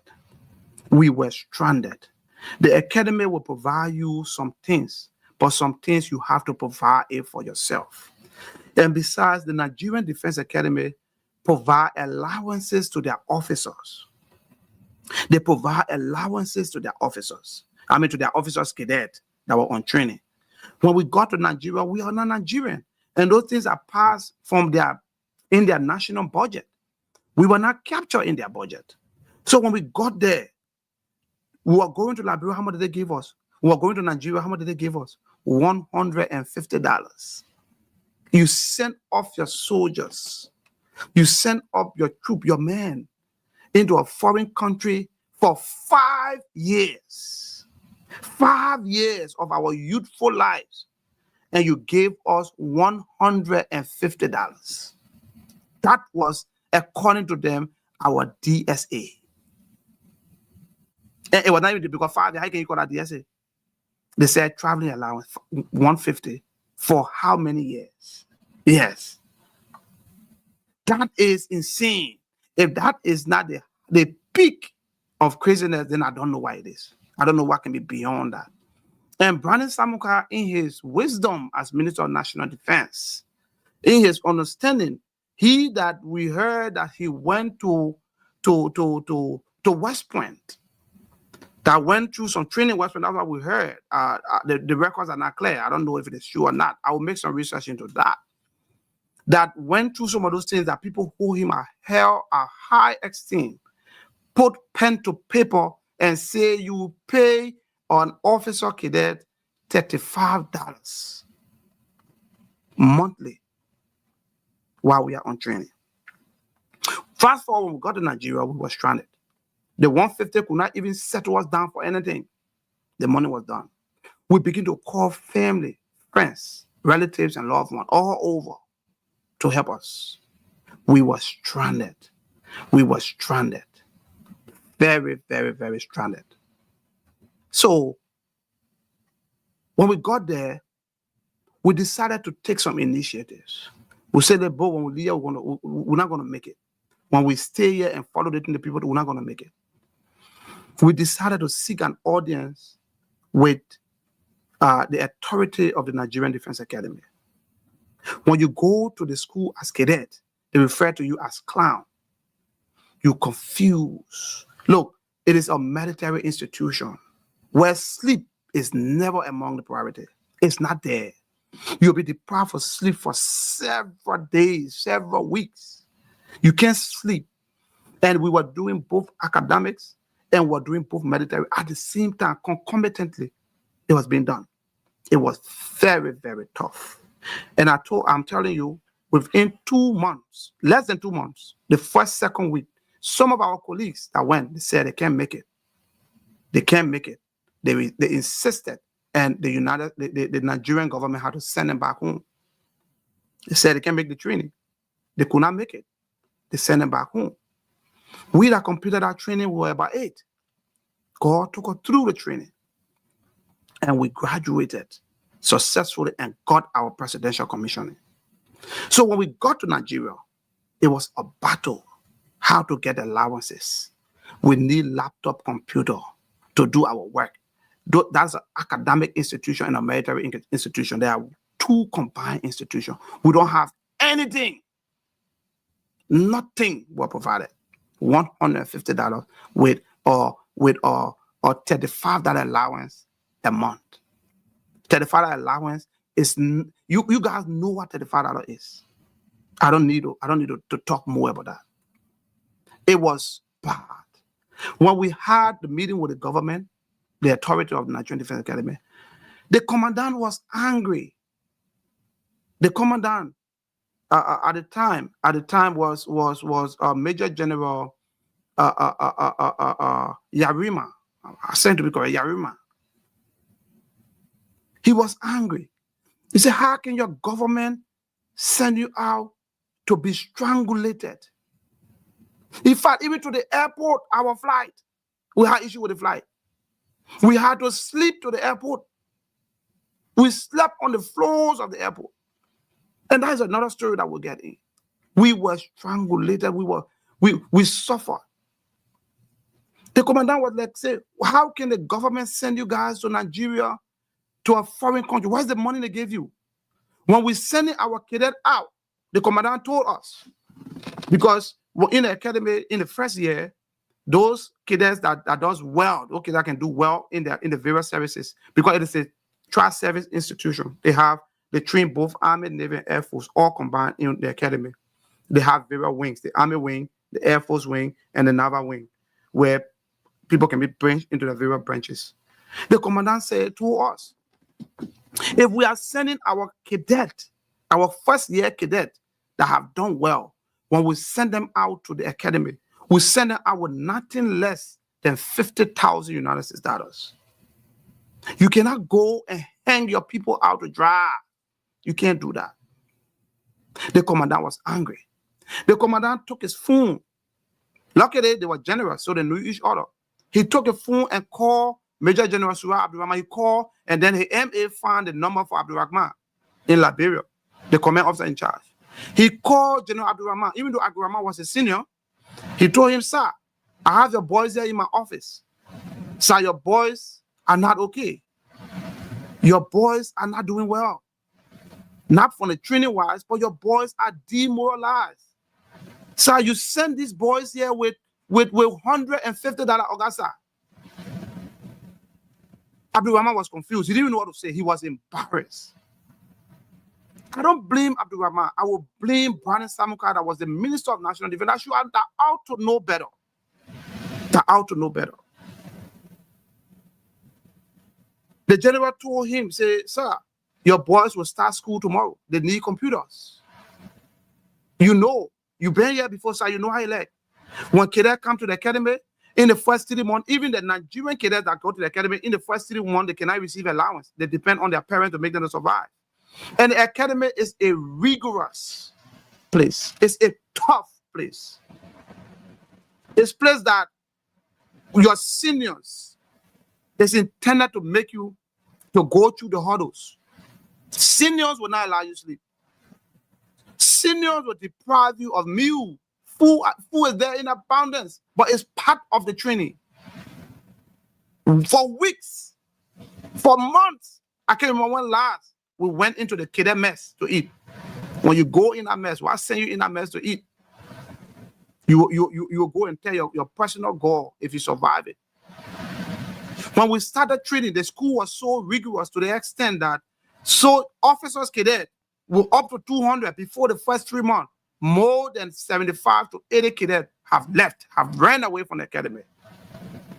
It was tough. People that have gone to the academy will know what I'm talking about. It's not your boarding school. Defense Academy is not your boarding school. It's about survival. It's about you being able to stand the rigorousness. Seniors will humiliate you. Seniors will flock you. Sorry for my French. Who are you going to tell? You're going to tell the commandant? The commandant went through the same thing. You're going to tell the battalion commander? He went through the same thing. Who are you going to tell? Which officer? All of them went through the same things. And they survived. We went through the hurdles. So at the end of the day, Abdurrahman said, the general said, General Abdurrahman said, okay, you know what? Sir, he said, Yarima, I'm sorry. There was just some logistical issue, but we are going to solve it. All of a sudden, we saw somebody come from the embassy in a couple of weeks and brought us laptop for our training. Something that we should have had from the very beginning. Brandon Samuka, in his wisdom and in his understanding that Liberian claim that he has, the Liberian look at him to be an hostile man, he could not make that decision from the get-go. The next challenge was allowance. The general told him, sir, your boys told me you gave them $35 for allowance. Okay, sir. Sir, you know $35 cannot make them to survive here? $35 cannot help them in any way. He said, okay, I will have to talk with the minister. You know how he work here, we got to do. And you know, he just out of shame just to do it. But that thing did not change. We pleaded with the commandant.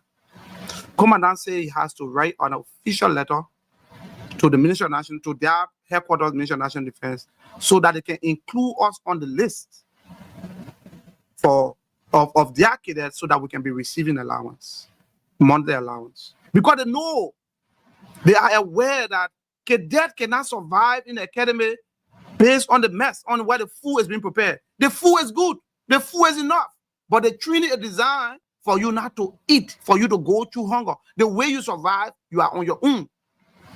They intend to make you tough. You see how Nigerian soldiers, Nigerian officers behave.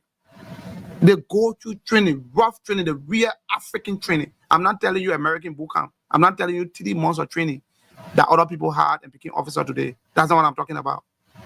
I'm telling you about 5 years of rigorous training that have had impact on our lives today, that have affected our lives today, that today we cannot lose the bearing that we have.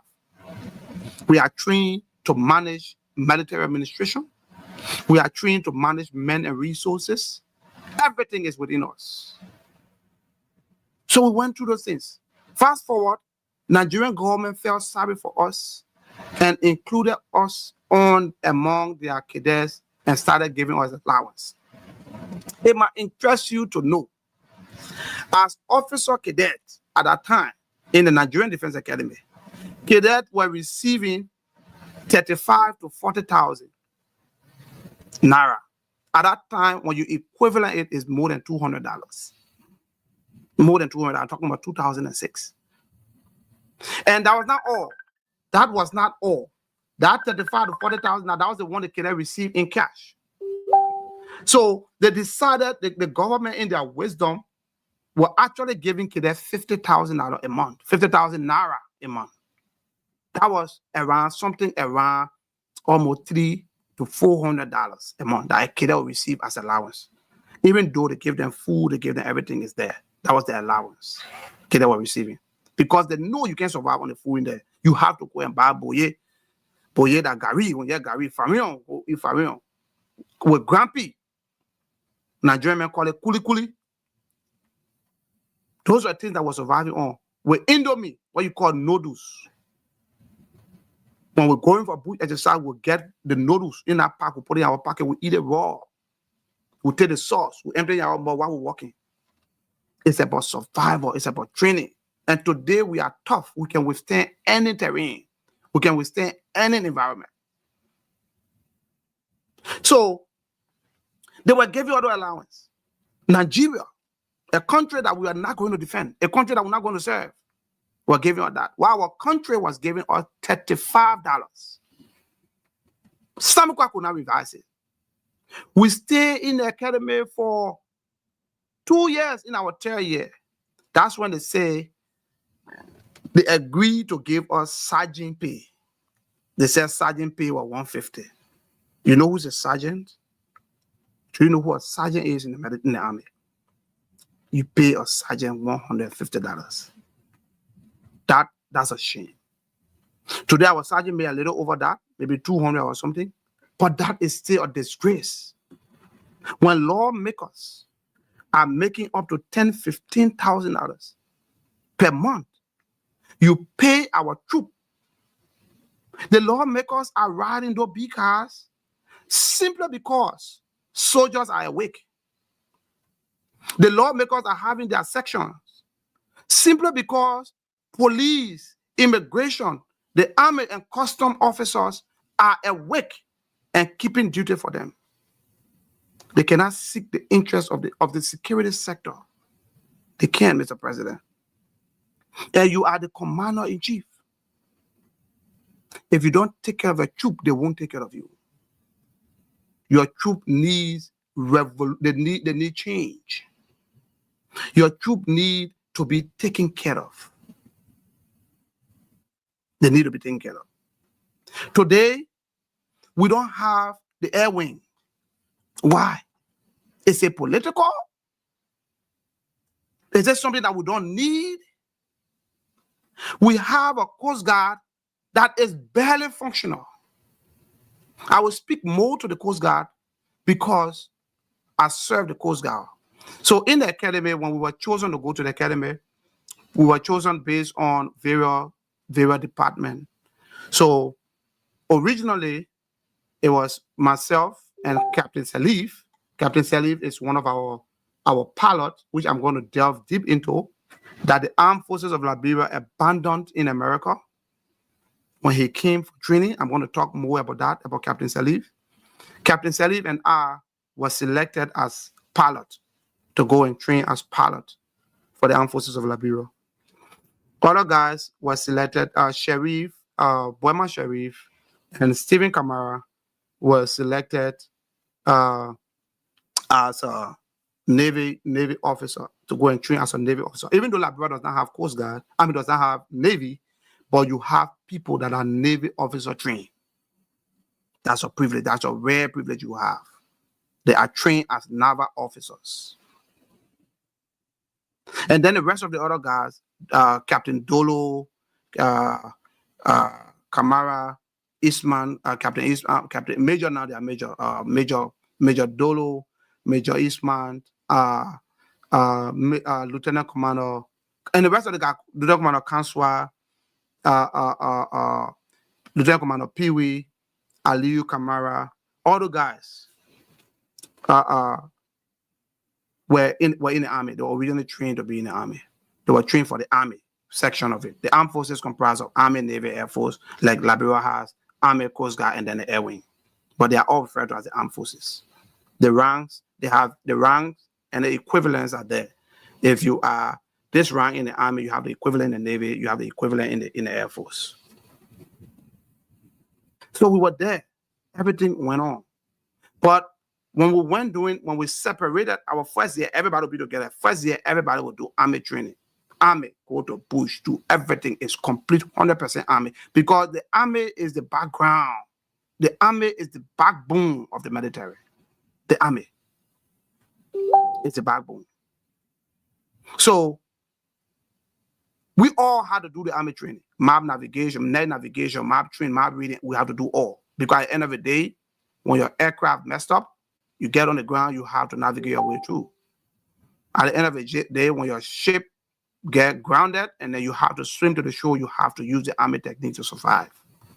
So the army is the mother. Just to say the infantry of the army is the queen of the army. So when we went there, after our first year of training was separated into various branches because they want you to start knowing your stuff. Those that are in the army go to army wing, we that are in the Air Force went to Air Force wing at the time, and those that are in the Navy went to naval wing. So when we went through the Air Force thing, 1-2 in terms of height, in terms of height test and other thing, man, I told them, I said, I can't make it. My height, I got severe fear of height. I didn't know that. Severe fear of height. Even up to today, when I'm driving and there's a high bridge, I'm shivering. My wife knows that. I shiver a lot. I don't like driving on I don't like height. That's why I don't like riding airplane. I've flown airplane a lot, but I don't like airplane. I would never be comfortable. Even when the flight is 15 hours, I would never sleep in that thing. I don't know why. I just have natural fear of height. And according to research, it says that people with O plus blood have some fear of height. And I think I'm no less in that direction. So after all of those things, we graduated. We came back. We spent 5 unbroken years in training. Upon our graduation, we were commissioned by President Ellen Johnson Sirleaf, former president, through President Goodluck Jonathan. Because President Sirleaf could not go, she sent a note verbal authorizing President Goodluck Jonathan to commission us on her behalf. And that letter was read during the commissioning ceremony. Because there are some responsibility that must be handled by the president himself. So the president can only dedicate that responsibility to another president to help them get it done. They can't dedicate it to a vice president. Some responsibility cannot be dedicated like that. So we were commissioned to the rank of first lieutenant in the Army, sub-lieutenant in the Navy, and flight lieutenant in the Air Force. Because we spent 5 years, they could not give us second lieutenant. They could not give us what you call ensign. Ensign in the Navy, in the Coast Guard is called second lieutenant. They could not give us that. We spent 5 years. So we were given first lieutenant, we were given sub-lieutenant, and then we were given flight lieutenant. When we came back to Liberia, That was another nightmare for us. Another nightmare for us. Officers that were in charge. At that time, Surah Abdul Rahman was about to leave. The command officer was about to leave, and he was going to hand over authority to Major General Zianka. He was about to turn over to Major General Zianka. So, Zianka, when we got there, man, the officer said, the first thing they started calling all Nigerian officers. The Nigerian officer, then they think they know more. The Nigerian officer, then they think they know better. You can see that fuse. You can see that inferiority complex. They know we had the substance to transform the armed forces. That was why we were sent there. When we came back, see envy, see jealousy. They say it can't happen. We cannot wear for lieutenant rank. We have to go back to second lieutenant rank. Abdul Rahman told them, say, but these people spent 5 years. You guys spent 3 months. You guys spent 3 months. A couple of days, or 4 months, or 5 months to become officer. These people spent 5 years. When you spend 3 months, you became sergeant lieutenant. They may not spend. How long you think the man should hand the rank? It was a serious confusion. All of them say it can happen. All of them rebel against us. They say it can happen. Abdul Rahman, may his soul rest in peace. He called us to the office. He said, look, gentlemen, this is the paper on my decks. I can sign it. You guys will be second. You guys will be first lieutenant. You'll hang your rank that you're supposed to hang. But Monday, I'm leaving from here. Monday, I'm turning command over. Those same guys that are telling you guys no, they're the same guys that are going to be in charge of the AFL. Tomorrow, Monday, this morning, I'm telling you about. I know you guys merit that rank. I know you guys earn it. Far better than people that went for 3 months training and got double promotion. I will come to that part. There are officers in the armed forces that got double promotion like junior high school. It never done in any armed forces. Only armed forces of Liberia, you see that, where officers get double promotion.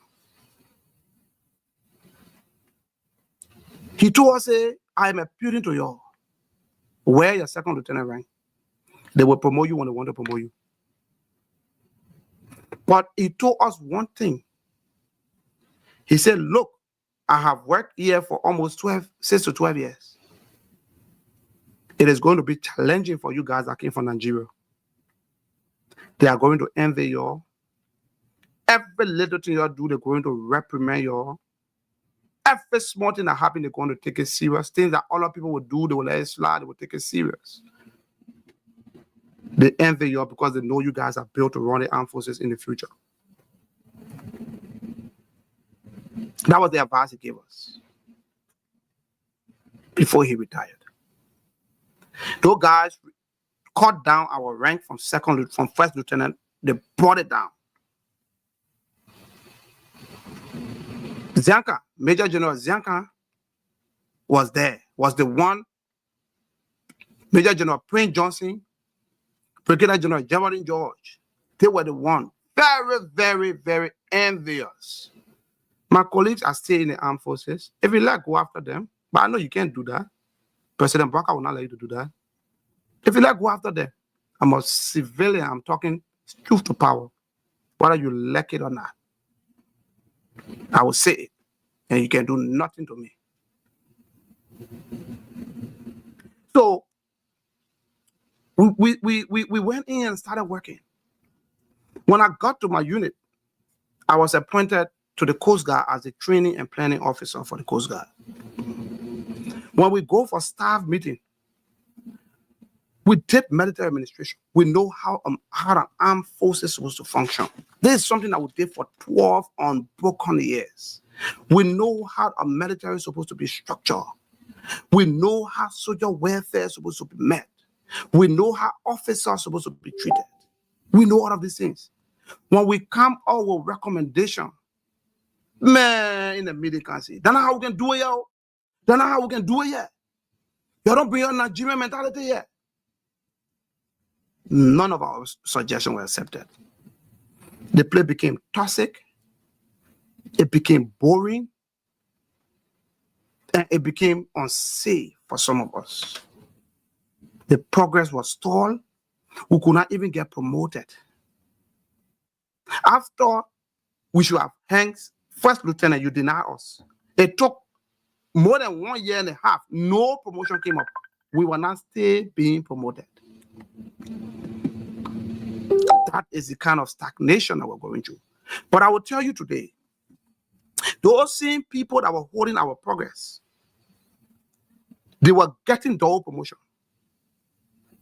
They were moving up like catapult, like you put rubber going on and shooting. How they were climbing the ranks, something like Boy Scout. Today, you get Major General Ziankan retired. How long does he stay in the armed forces? From 2006, when did he retire? Even up to today, if you are staying in the armed forces, in other countries that people went through the academy, well-meaning training officer that has a structured military, they will be at the rank of senior colonel, not major general. But they promoted them fast because they said they needed to fill the gap. Those speedy promotion brings gap. It brought a lot of gap. There is something called timing grade. Your timing grade and your posting determine how well you get to understand the military. How well you get to understand your command, your people. But if they're promoting you fast, they promote you this week. In 2 weeks, they promote you. Who you take? What did you learn from the first rank? What did you learn? Today we have a troop of under 2,000 men, but you have a major general commanding that troop. Are you see? A 2,000 troop is it not like a plus amount of company? Or battalion size. It's not even a brigade size. It's a battalion size. Plus or minus. But we got major generals. They climb the rank so fast. General Prince Johnson, Geraldine George, that didn't want to see progress of us. They climbed that rank so fast that no one could even imagine. They became generals like yesterday. And those are generals who tell you they have not even quieted down riots. But they were generals. Riot, they could not even quiet down. They don't have no history of quieting riots. Talk less of going to war. Some of them participated in few peacekeeping missions as observer. Observer, you're not even a troop. You sit down way up there, you're in the area that the war is not even taking place. So you got zero experience. Sometimes they say time in the service, time in grade can help you get experience. But how long you spend in the military? How long did they spend? Short time. But they were major general. And I heard they were advocating for lieutenant general. Are you kidding me? For 200 men? Or not 2,000 men? You think it just rank? Those ranks comes with responsibility. And that is why you learn when you go to the academy. That's why you learn when you graduate from the defense academy. You learn military administration. That every rank, every position comes with certain responsibility. It comes with all those things. So if you don't understand it, you think it's just to give you rank. You want major general, you want the one you be moving up in the name of being on par with your counterpart. Do you know how much men your counterpart control? Do you know how much resources your counterpart control? Do you know how many equipment your counterpart control? But today, our people are advocating. They're advocating for more ranks. They want higher rank, lieutenant general. You know what lieutenant general is? Do you have any idea what lieutenant general is? Like I said, there are stooges. They are going to come up for me, but I'm prepared for them like yesterday. I would say this show is intended to provide information raw. I'm not saying our armed forces are not trained, but I'm telling you today, our armed forces is not adequately equipped and prepared to handle any form of insurgency, either from within or external.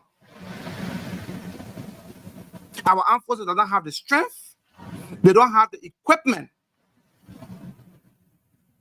They can't make it. I'm hearing of new recruitment. How are they going to recruit? How are they going to recruit? And countries that stand for better things, now that the world is moving to an extent where there is something called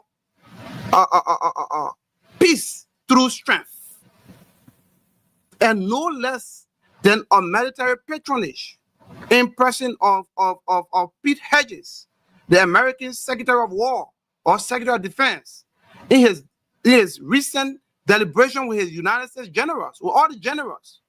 He told them there is something called peace through strength. Your strength can make your people to live in peace. And those things are dated back. Those things are dated back to history. Nations that had great armies saw long-lasting peace and civilization. Those ones with smaller armies were being annexed. Look at Ukraine. It's being annexed by Russia. Look at there is a serious tension in the South China Sea between China and Taiwan.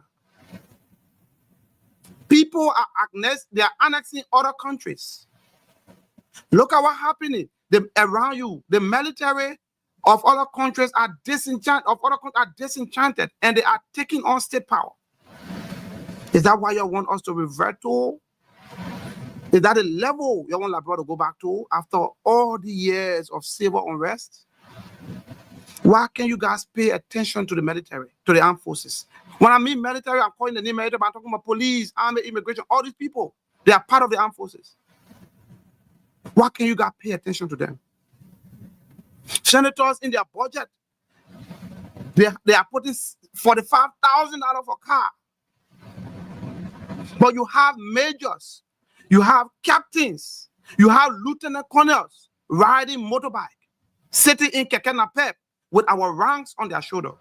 I've never seen that all of the countries I've traveled. Only in Liberia you see the thing happening because our politician does not care for the military. They don't care for the security sector. They see it as something that is not important. Tonight I say I'll be speaking truth to power. Share the light. Bring in soldiers, bring in officers, bring in people that want to join the armed forces. Let them see. Let them see what the armed forces is currently confronted with. Let me show you a little bit here so you can see what I'm talking about. I don't know if this is clear enough. I will open it on the screen. Maybe you guys will be able to see it. Okay, if you can see it, please just give me a thumbs up in the comment section. Just put a thumbs up. You can see the document. Just give me a thumbs up so I can know that you guys are seeing the document live. Can I get a thumbs up in the comment section to know on the Facebook comment section so I can know if the document is being displayed?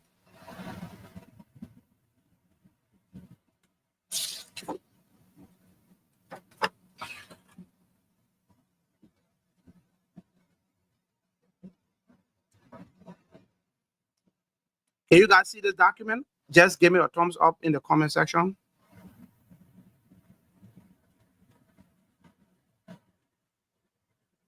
If you can't see it, just let me know that you can't see it. Just put a thumbs up in the comment section.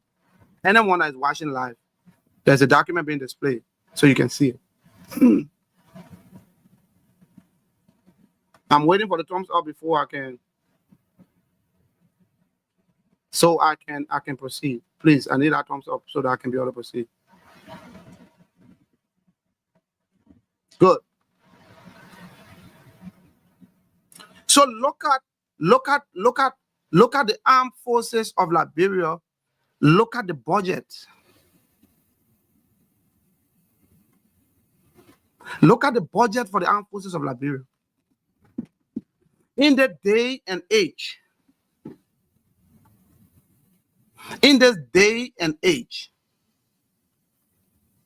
where other countries are improving their military, 90% of countries that wants to do well, countries that are developing and moving in the right direction, defense carry the highest amount of money in their budget. Not lawmaker gets 60 $75 million in their budget. What law are they making? What are they doing? Go to the session and make noise, not in the interest of the people, all on social media, creating social media stuff. Someone says it's not clear, okay, but I will just speak to it. So the budget of the armed forces for fiscal year 2024, let me take you by a little bit, was $17.9 million. In fiscal year 2025, was $18.5 million. In this fiscal year, the budget, not fiscal, but calendar year, because we use calendar year now, the budget that has been submitted, the $1.2 billion budget that has been submitted to the National Legislature for approval. The AFL, the Armed Forces of Liberia, is allocated $18.2 million, of which $10 million goes toward personnel pay, personnel salary, $10 million. So we're left with eight.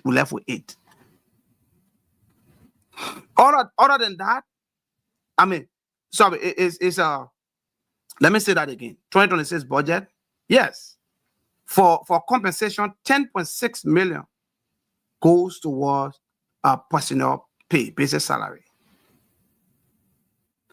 $5.7 million go toward goods and services. That is like operation of the armed forces and other stuff. How much gone?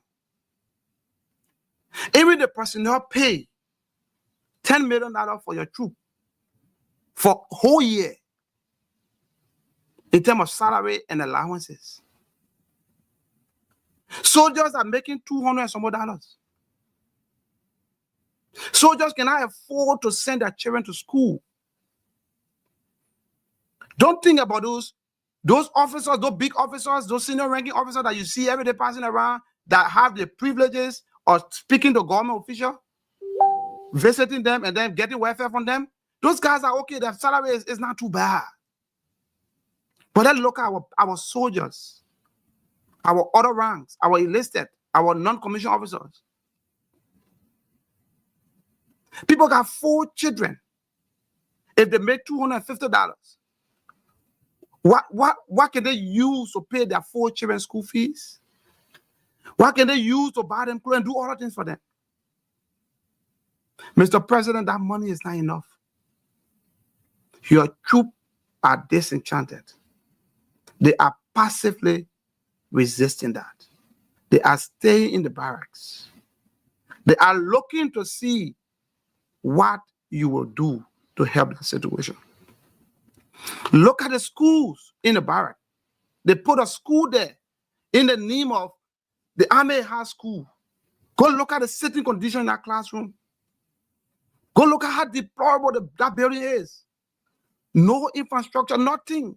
The soldiers are trying to survive by training their own children just to go through. But politicians, ministers, deputy ministers, senators, representatives are sending their children to school that worth thousands and thousands of dollars per month. How do you reconcile that? Is that something that you think the armed forces should be pleased about? The soldiers and their officers, you think they should be pleased? You got captains, you got staff sergeant, you got master sergeant riding motorbike.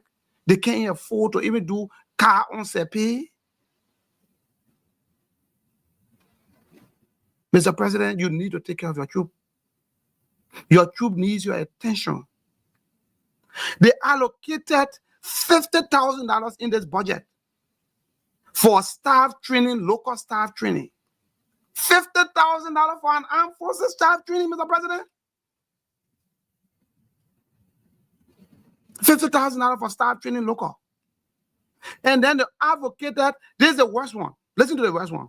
They advocated $26,000, $26,000 for foreign travel for daily subsistence allowance for the entire armed forces for 1 year. $26,000. What a lawmaker go on vacation with. What a senator go on vacation with. What a representative go to France and enjoy themselves. Go to other country with $26,000. That is why you allocated in the budget for the armed forces for 1 year.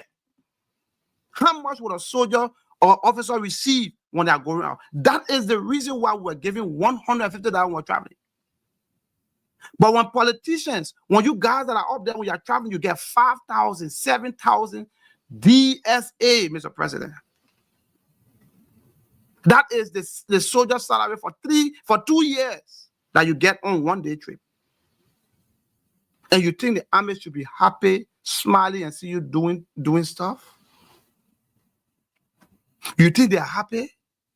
You think when the military sees you walking about, you think they are happy that you are doing that? You think so?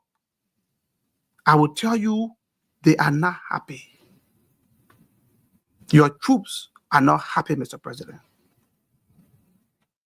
Soldiers are still in today's modern day and age. In today's modern day and age, soldiers are still, their soldiers and their wives and children are still taken by in Osa bathroom. In EBK is there, go there, Osa bathroom. Sometimes those soldier wives, they have to wake up early in the morning to take back quickly and go about so that nobody can see them taking my Osa. Because the barrel not even enough. The barrel is deployed, they can't even fix it. Renovation, nothing. Mr. President, you got to pay attention to your troop. If you cannot hold your troop at heart, they will never hold you at heart. People will be waiting for the right moment to strike. I'm not encouraging it.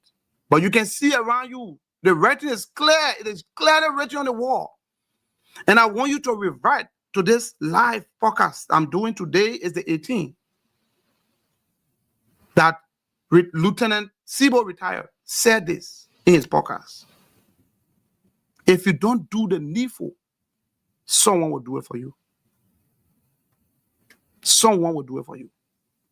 We want you, Mr. President, to leave a legacy. You got people in your circle that are advising you that got zero clue on the military. Zero. I heard your national security advisor, Kofi Woos. I don't even know if you're even a member of a vigilante group. I don't know. But he provides you security update. If you're not even a member of a vigilante group talking about being a member of a Boy Scout, no. Then you talk about military. Your national security advisor should be somebody that has the requisite background and experience, not just background, experience, that have first-hand experience, that knows what the soldiers want, that knows what the troop wants. That's the reason why bulk of this blame is on Brandon Samuka. And I say it without fear or favor. I don't care. Today, Brandon Samuka was one of the major reasons why my career ended short. And I will say this in the podcast. I know his stooges and his macroscopic supporters are going to come on the live and come with a rebuttal. I'm waiting for them. Samuka was one of the reasons why my career ended so prematurely. And I will tell the Liberian people that because this show is intended to bring it raw, to make it real, and provide it unfiltered. Let me give you guys a little rundown of my ordeal before I get into the Coast Guard and the Air Wing.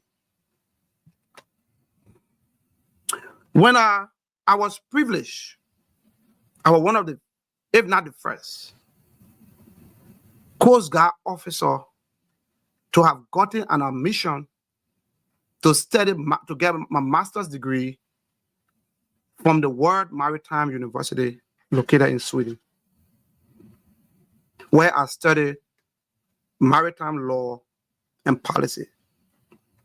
The Coast Guard enforces maritime law, fishery laws, drug law, immigration law. The Coast Guard is like the police of the sea. We police the sea. We do everything, even including Landsman's rule. Like, for example, you got oil well, the oil drilling that's about to take place. Who's going to police the people? I'm coming to get into that. Who's going to police them? Who's going to know that they're doing the right thing? Is it not the Coast Guard? Do the Coast Guard have equipment to take them up to 200 nautical, up to 150 nautical miles to see what's going on offshore? They don't have it, Mr. President. But I'm coming to that. Let me give you my audio with Brandon Samuka. People think that I got personal thing against him because he ended my career short. And I'm not going to let that slide. I'm going to talk about it. Samuka has a sin that he got to pay for. I'm not threatening him. There's a karma, laws of karma. People would, you see how it ended, the election thing ended in Lofa County? That is just the beginning of your sorrow. The thing that you put some of us through. After 5 years of training, 5 years of rigorous training in the Nigerian Defense Academy, you ended my career short. Military is my way of life. You enter it. And I will tell you what happened. When I went to the World Maritime University and I successfully graduated, in fact, even to go for that graduate, to even go to that school, that was not a small battle. It was a constant battle. When I got my admission, I wrote the Armed Forces of Liberia. Imagine the World Maritime University is offering you a fully funded scholarship to go and do your master's degree, where they will pay your entire school fees, handle your accommodation, and give you monthly stipend. The Armed Forces has $0 to pay into it. And the knowledge was very, very peculiar to the Coast Guard operations because I studied maritime law and policy. That's why I did my master's degree in maritime affairs, but I specialized in maritime law and policy. When I got the admission, I took it to my commander. At that time, it was my then commander, Commander Bo, Cephas Bo. He was a lieutenant commander, major equivalent. I took it to Cephas. Sir, I got an admission. Oh, man, thank you. That's a good thing. Oh, I heard about this school. Yeah, it's great. But you have to write the AFL headquarters. I said, I know I already prepared a communication requesting for study leave.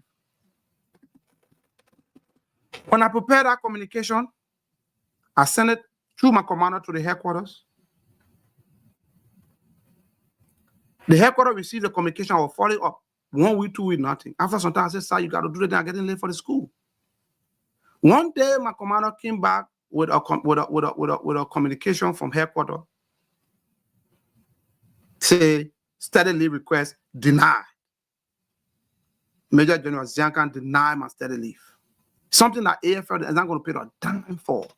While we're talking about capacity building, while we're talking about adequate training for the armed forces, somebody got a golden scholarship.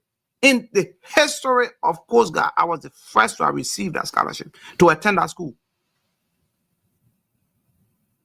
Ziankan denied my request.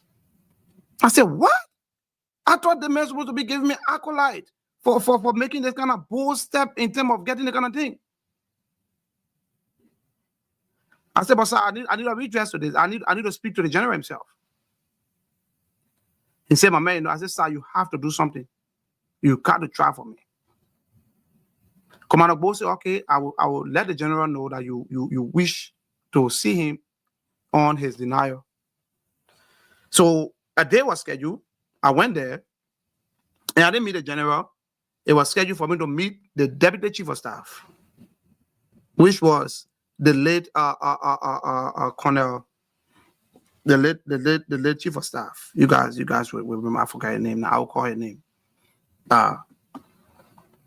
When we went there, the head of conference, I went to his office. He took all the paper. He put the paper down and looked at it. Eric Dennis. May his soul rest in peace. Colonel Eric Dennis. Colonel Dennis looked at me and said, Sibo, how you got it in? I just I surfed through the internet and through all of connections, I got a scholarship. He said, this scholarship is rare. A few people have gotten it that I know. You are very lucky to have gotten this scholarship. I said, yes, sir. And that's the opportunity. But I'm surprised that the general have denied it. He looked at me and told me, said, Sibo, that my boss, I can't do anything. But if I were you, I will go. He told me, Clay, if I were you, I will go. He said, this sitting here was just formality. Just you know, see you, will not see you, but the general said you're not going. And I can't tell you otherwise. So I said, okay, sir, permission to leave. He said, okay. When I was leaving for fun, like I said, man, so every day used to be a sweet officer, a gentleman, a very nice gentleman. He told me, when I was leaving, he told me, Sibo, come again. I tell him I came back. He said, "Me, you ever had that discussion?" I said, "Me, you know, I didn't even see you there." He said, "Okay, carry on." That was how I left. When I got back, I was disturbed. Why would the armed forces want to deny this knowledge? Why would they want to stop me from going to school? Why do they want to do that? So at the end of the day, I reached out to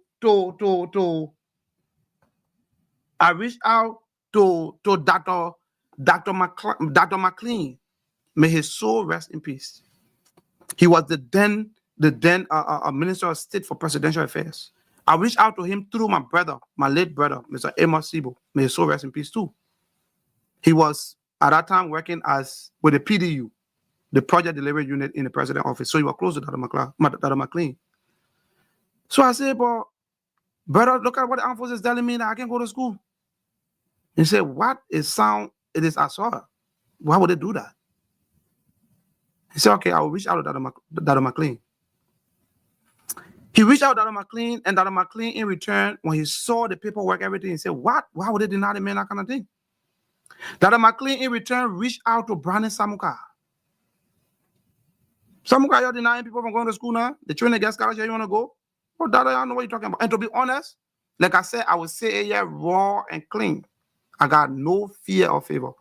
At the time of my scholarship, the Minister Samuka, did not know anything about it. He didn't know. So when I reached to him, he said, well, you told Dr. McLean you're going to follow up on it. The next thing I looked, I got a call from the then MA to the Chief of Staff. I mean, to the Minister of National Defense.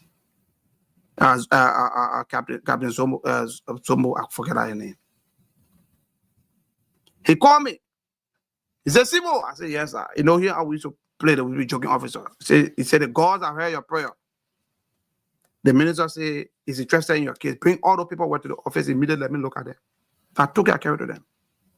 Minister Samuka called me to the office. When I went there, I had a discussion with him. He looked at the paperwork. He said, okay, my young man, that's how I used to refer to as my young man. He said, it is assumed that the AFL have not seen the paper yet. It's assumed nobody has seen it. Go back and write a letter of request for study leave and send it to the AFL. Let me see this time around what it will say. So I went back, I prepared it. The study leave was approved. So it was when it came back from the minister, now it came from all the way up down to the Chief of Staff, making him to allow me to go to school. That was when Major General Zianka retired. Call me to your office now to come in so I can tell him about the scholarship. When he knew nothing about it first and he just denied me outrightly. He told me, Sibo, the commander told me, say the minister wants, the Chief of Staff wants to see you about your scholarship thing. So when I went there, he went through the paper, he flipped through it, sitting on his desk. Oh, my member, this scholarship, that correct scholarship, I didn't know that it was like this. Oh. I thought the AFL were going to pay money. I said, but sir, you didn't even look at the document. That's a shame. I didn't tell him that, but in my mind, I said, are you kidding me? This was a communication addressed to you, asking you for study leave. You didn't even look at the document. You just deny it. You deny it. He said, my member, that's a good thing. Oh, I mean, if we can get more people to attend the school, that would be fine. Try to hustle for your men and see if some of them can go. So he said, okay, take it to the J1. It's approved. The J1 is going to prepare your study leave request for you to go. And I said, thank you, sir. I told the people I went to J1. At that time, the J1 was Geraldine George, Brigadier General Geraldine George, who is the current defense minister. She was the J1. J1 is the one in charge of personnel. When I took it to Geraldine George, she took it. She said, put on my desk. I put it there. She said, give it to my NCO. Give it to my NCO. I give it to the NCO. She took it and put it down. 2 days, I can't get result. 3 days, I can't get result. The woman I didn't want to touch the paper. I said, okay. Say your turtle, you want fire on your back. Okay. I call again. I told the MA, I said, MA, I get nothing, yo. MA said, but what's going on? The minister approve this thing. How can the people go in there? He said, okay, well, I brief the minister. Let me go and brief the minister again. From there, one morning, my phone ring. The commander told me, Sibo, go to the headquarters, because Joe won't see you. I got in car. I drove to the headquarters. Brigadier General John looked at me and said, Sibo, you're not easy, oh. That because you're bending, the minister called and blasting her off. I said, well, man, this is something that was approved. Why you keeping us to go to school on the social time? Don't worry, you go to school, you'll come back, you'll meet her here. You'll go to school, you'll come back. And you make it all, they put it on pressure. But man, this thing will not call for.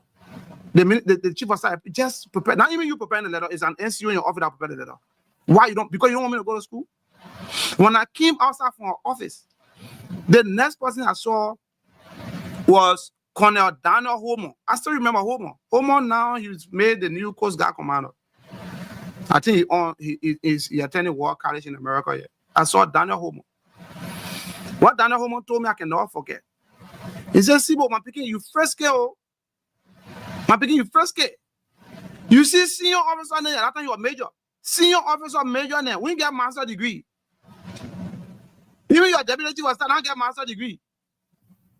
You, second lieutenant, that you won't go get master degree, you first came and pick it, better move on here. That's what Homo told me. I just laugh. I said, sir, you can get that thing and nothing for you. I just laugh. But those are something that they meant. That's how they hold people back. If I wouldn't have known somebody up there to make them to do it, that scholarship would have gone. Today, I'm not going to be a maritime professional. Never. Then I don't have a few outside the military. That is what officers and soldiers are confronted with in our armed forces. Honor the guys watch. So when I came back from school, I graduated fast forward. One day I was walking, and then I also came to America. Before going to that school in 2015, I came to America where I did my boarding officer course in 2015. And then I went back to Liberia. I did it in Charleston, South Carolina, at the Federal Law Enforcement Training Center, Flexi, where I did my law enforcement, maritime law enforcement course. It's called boarding officer course. So while walking that evening, I saw one black Jeep, one black pickup. It's a white pickup, but a black or tinted windshield, tinted glasses or what. The car came close to me and slowed down.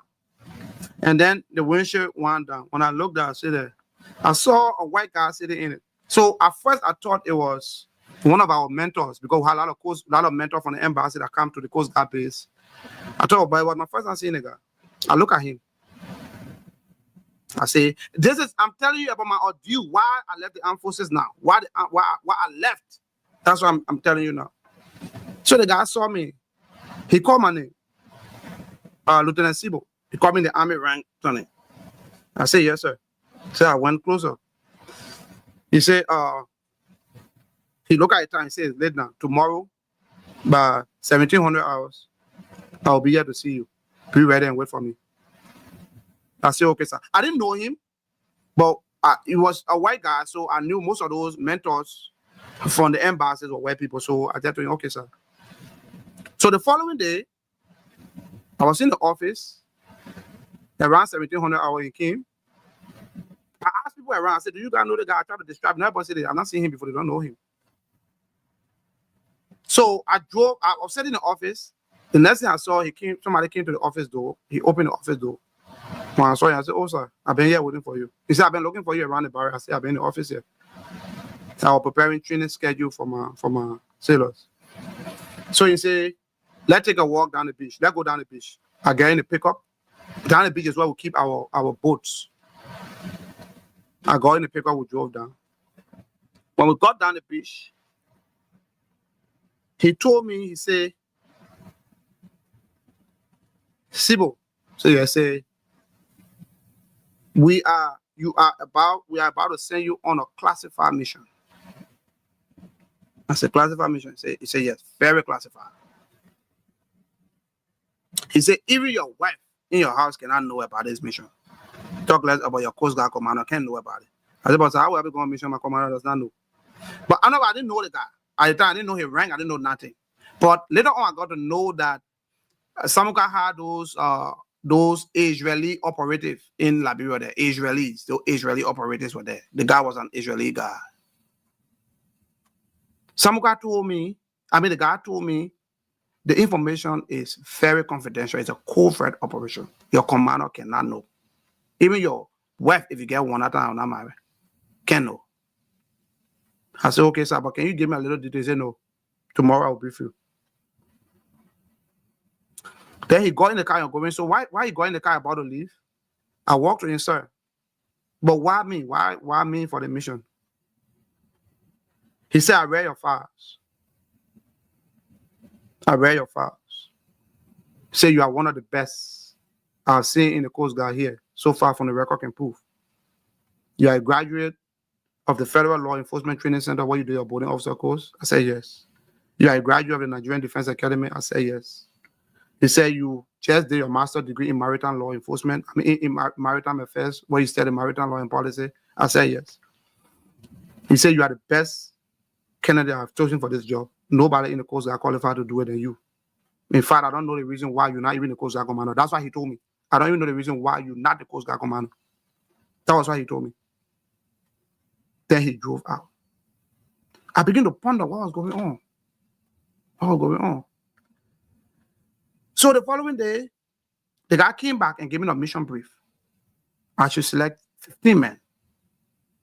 We are going out to the sea. And the actual aim of the mission, there have been a lot of illegal activities on our water, a lot of illegal fishing, a lot of illegal. The reason why he told me what covert is because people were in cohoot with those fishermen, with those vessels that are doing illegal fishing. So if the information spread out, that information can quickly reach those vessel guys, and then they will start doing it. The aim was to go out and arrest and carry on a massive arrest of vessels plying our water that carry on IUU fishing. IUU stands for illegal, unreported, and unregulated fishing. So he briefed me. He said, but you are the only one with this information. You're going to select 10 men. Look among your sailors. Select me 10 men that are capable, that you take with you for the mission. And you're going to tell them we are going on a training. It's a training that we are going on. You're not going to tell them we're going on stuff. So in a previous scenario, when they gave you your orders, you have to go and give your order back to your men. So I selected my 10 sailors for the mission. We got prepared, everything was ready. I took them in the training room, I briefed them on, gave them some guidelines on maritime law enforcement, gave them some policies on search and rescue, gave them some guidelines on search and seizure, gave them some guidelines on hot pursuit. And just because I was just fresh from the school with all of this knowledge flowing all over me like that, provided to them. So my team were ready. My coach got commander came to me, see, but what kind of training is you going on? So the message that training. I know, we just said that training, and I don't know what happened. He told me I could not provide the information, but as I was told. We got on a small boat. The small boat is called a Zodiac boat. It's a plastic inflammable boat. When we got on our boat, we went. During the mission, when we went somewhere out of the port general area, the basin, we went further down like 5 to 10 nautical miles. I saw a big white gray vessel standing, a big vessel. And the guy with us, he sat down in the boat with us with his team. Everybody wanted to carry the Zodiac went. When we went there, they dropped the ladder. We boarded the vessel, went up. So, but me, I knew what was going on, but the soldier didn't know. So all they felt that were going on the vessel for training, and I told them what training, but I knew that was going on law enforcement. So during the process, that entire process, under my leadership, under my command, I arrested 3 fishing vessels. Go to Front Page Africa and just put George Sibo. You will see that story on the Front Page Africa. I arrested 3 vessels that were involved with illegal fishing in our waters. Those 3 vessels, I remember the list of those vessels were fined $700,000. The least of them were found $700,000. Some of them were found up to $1 million. And they pay. Because before the vessel left, they pay. That is some of the contribution that we are bringing to Liberia. When I conducted that operation, we spent almost 2 weeks on the sea. And our soldiers and our sailors thought it was just training. So actually, they didn't really go prepared. And some of the food on board, those guys on board, there was a vessel called, the vessel claim went on that vessel is called Sea Shepherd. Sea Shepherd is a vessel, is an international, check it up, it's an international partner that partner with other countries that want to fight illegal fishing. All of the guys on the vessels are volunteers. And the vessel, those guys are all vegetarian on that vessel. They can't eat meat. Remember our soldier there that used to their meat and bone. There was no meat for almost 2-3 weeks were on that vessel. So you started getting lean. Our sailors started getting lean. I could see things were not working for them. I told the guy, I said, look, bro, I told God, his name was God. I said, look, we have to take our crew back for them to replenish and come back. He was like, no, we have to spend. I said, nope. I told him, said, no, my troop is. I told him clear. I said, my team is this. My team is demobilized. You can see them. They are well away. I can't push my soldier against the wall. I can't do it. I'm seeing my troop. They're not ready. I can't do it. I insisted upon it. Then later on, he left that evening. He came back. He said, okay, your troop, your men will go out and come back in 2 days. But you cannot still tell anybody about this mission, but it was already obvious and everybody knew what we're doing. Then I said, not only to take my troop, I'm going to replace my troop.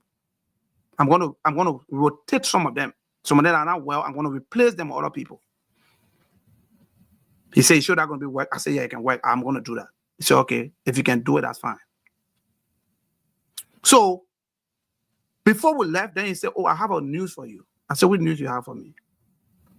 He said, he brought me a newspaper from Front Page Africa. He brought a newspaper with my explanation, my everything was written on it. They were like, the coast guy is doing this on a leadership. I was happy. He said, and the minister has a reward for you. I said, a reward. He said, he asked me a direct question. He said, for the work you guys have done, what do you want from the? What do you want the minister to do for you? That's how close I got worded to the minister. That's how. Oh God. I said, you see my troop. You see the guys, they have worked so hard.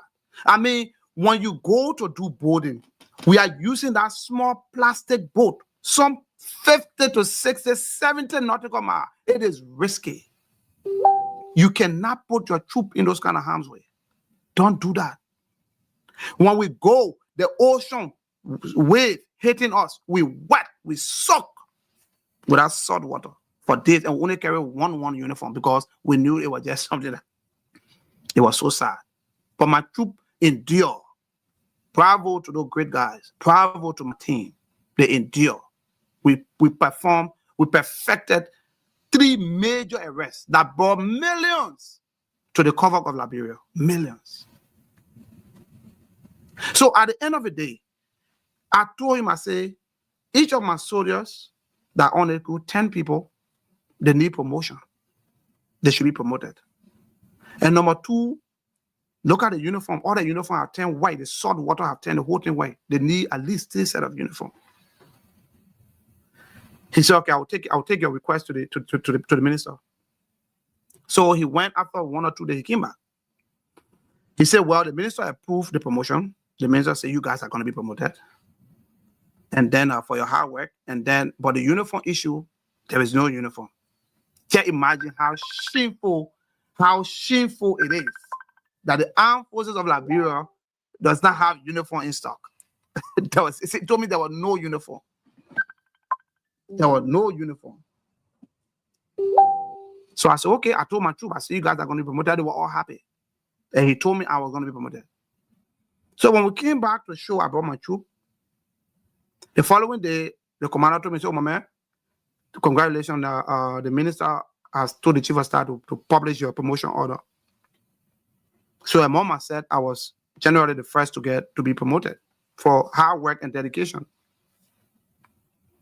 So I was happy, my troop, everybody was happy. Taking one step above your mate is a very big thing in the military. It's a very big thing in the military. So I told the guy said, we're happy we're going to go on, preparing to go back and other things. So he said, okay, you know what? Take 4 days off. I said, okay. We need to do logistics. We need to carry food so they can eat vegan food or stuff. They will have to carry regular food so they can eat on board. I said, okay, that's fine. So in the evening of the following day, the guy called me. It's really God, he called me. He said, Sibo, I said, yes, sir. He said, where you at? I said, I'm on the base. He said, come and meet me, so place. There is a hotel somewhere on, he said, Camp Johnson Road, or somewhere between there. There was someone at a hotel there. I know Camp Johnson Road, or somewhere. There's a hotel there. So I should meet him there. I went there and met him.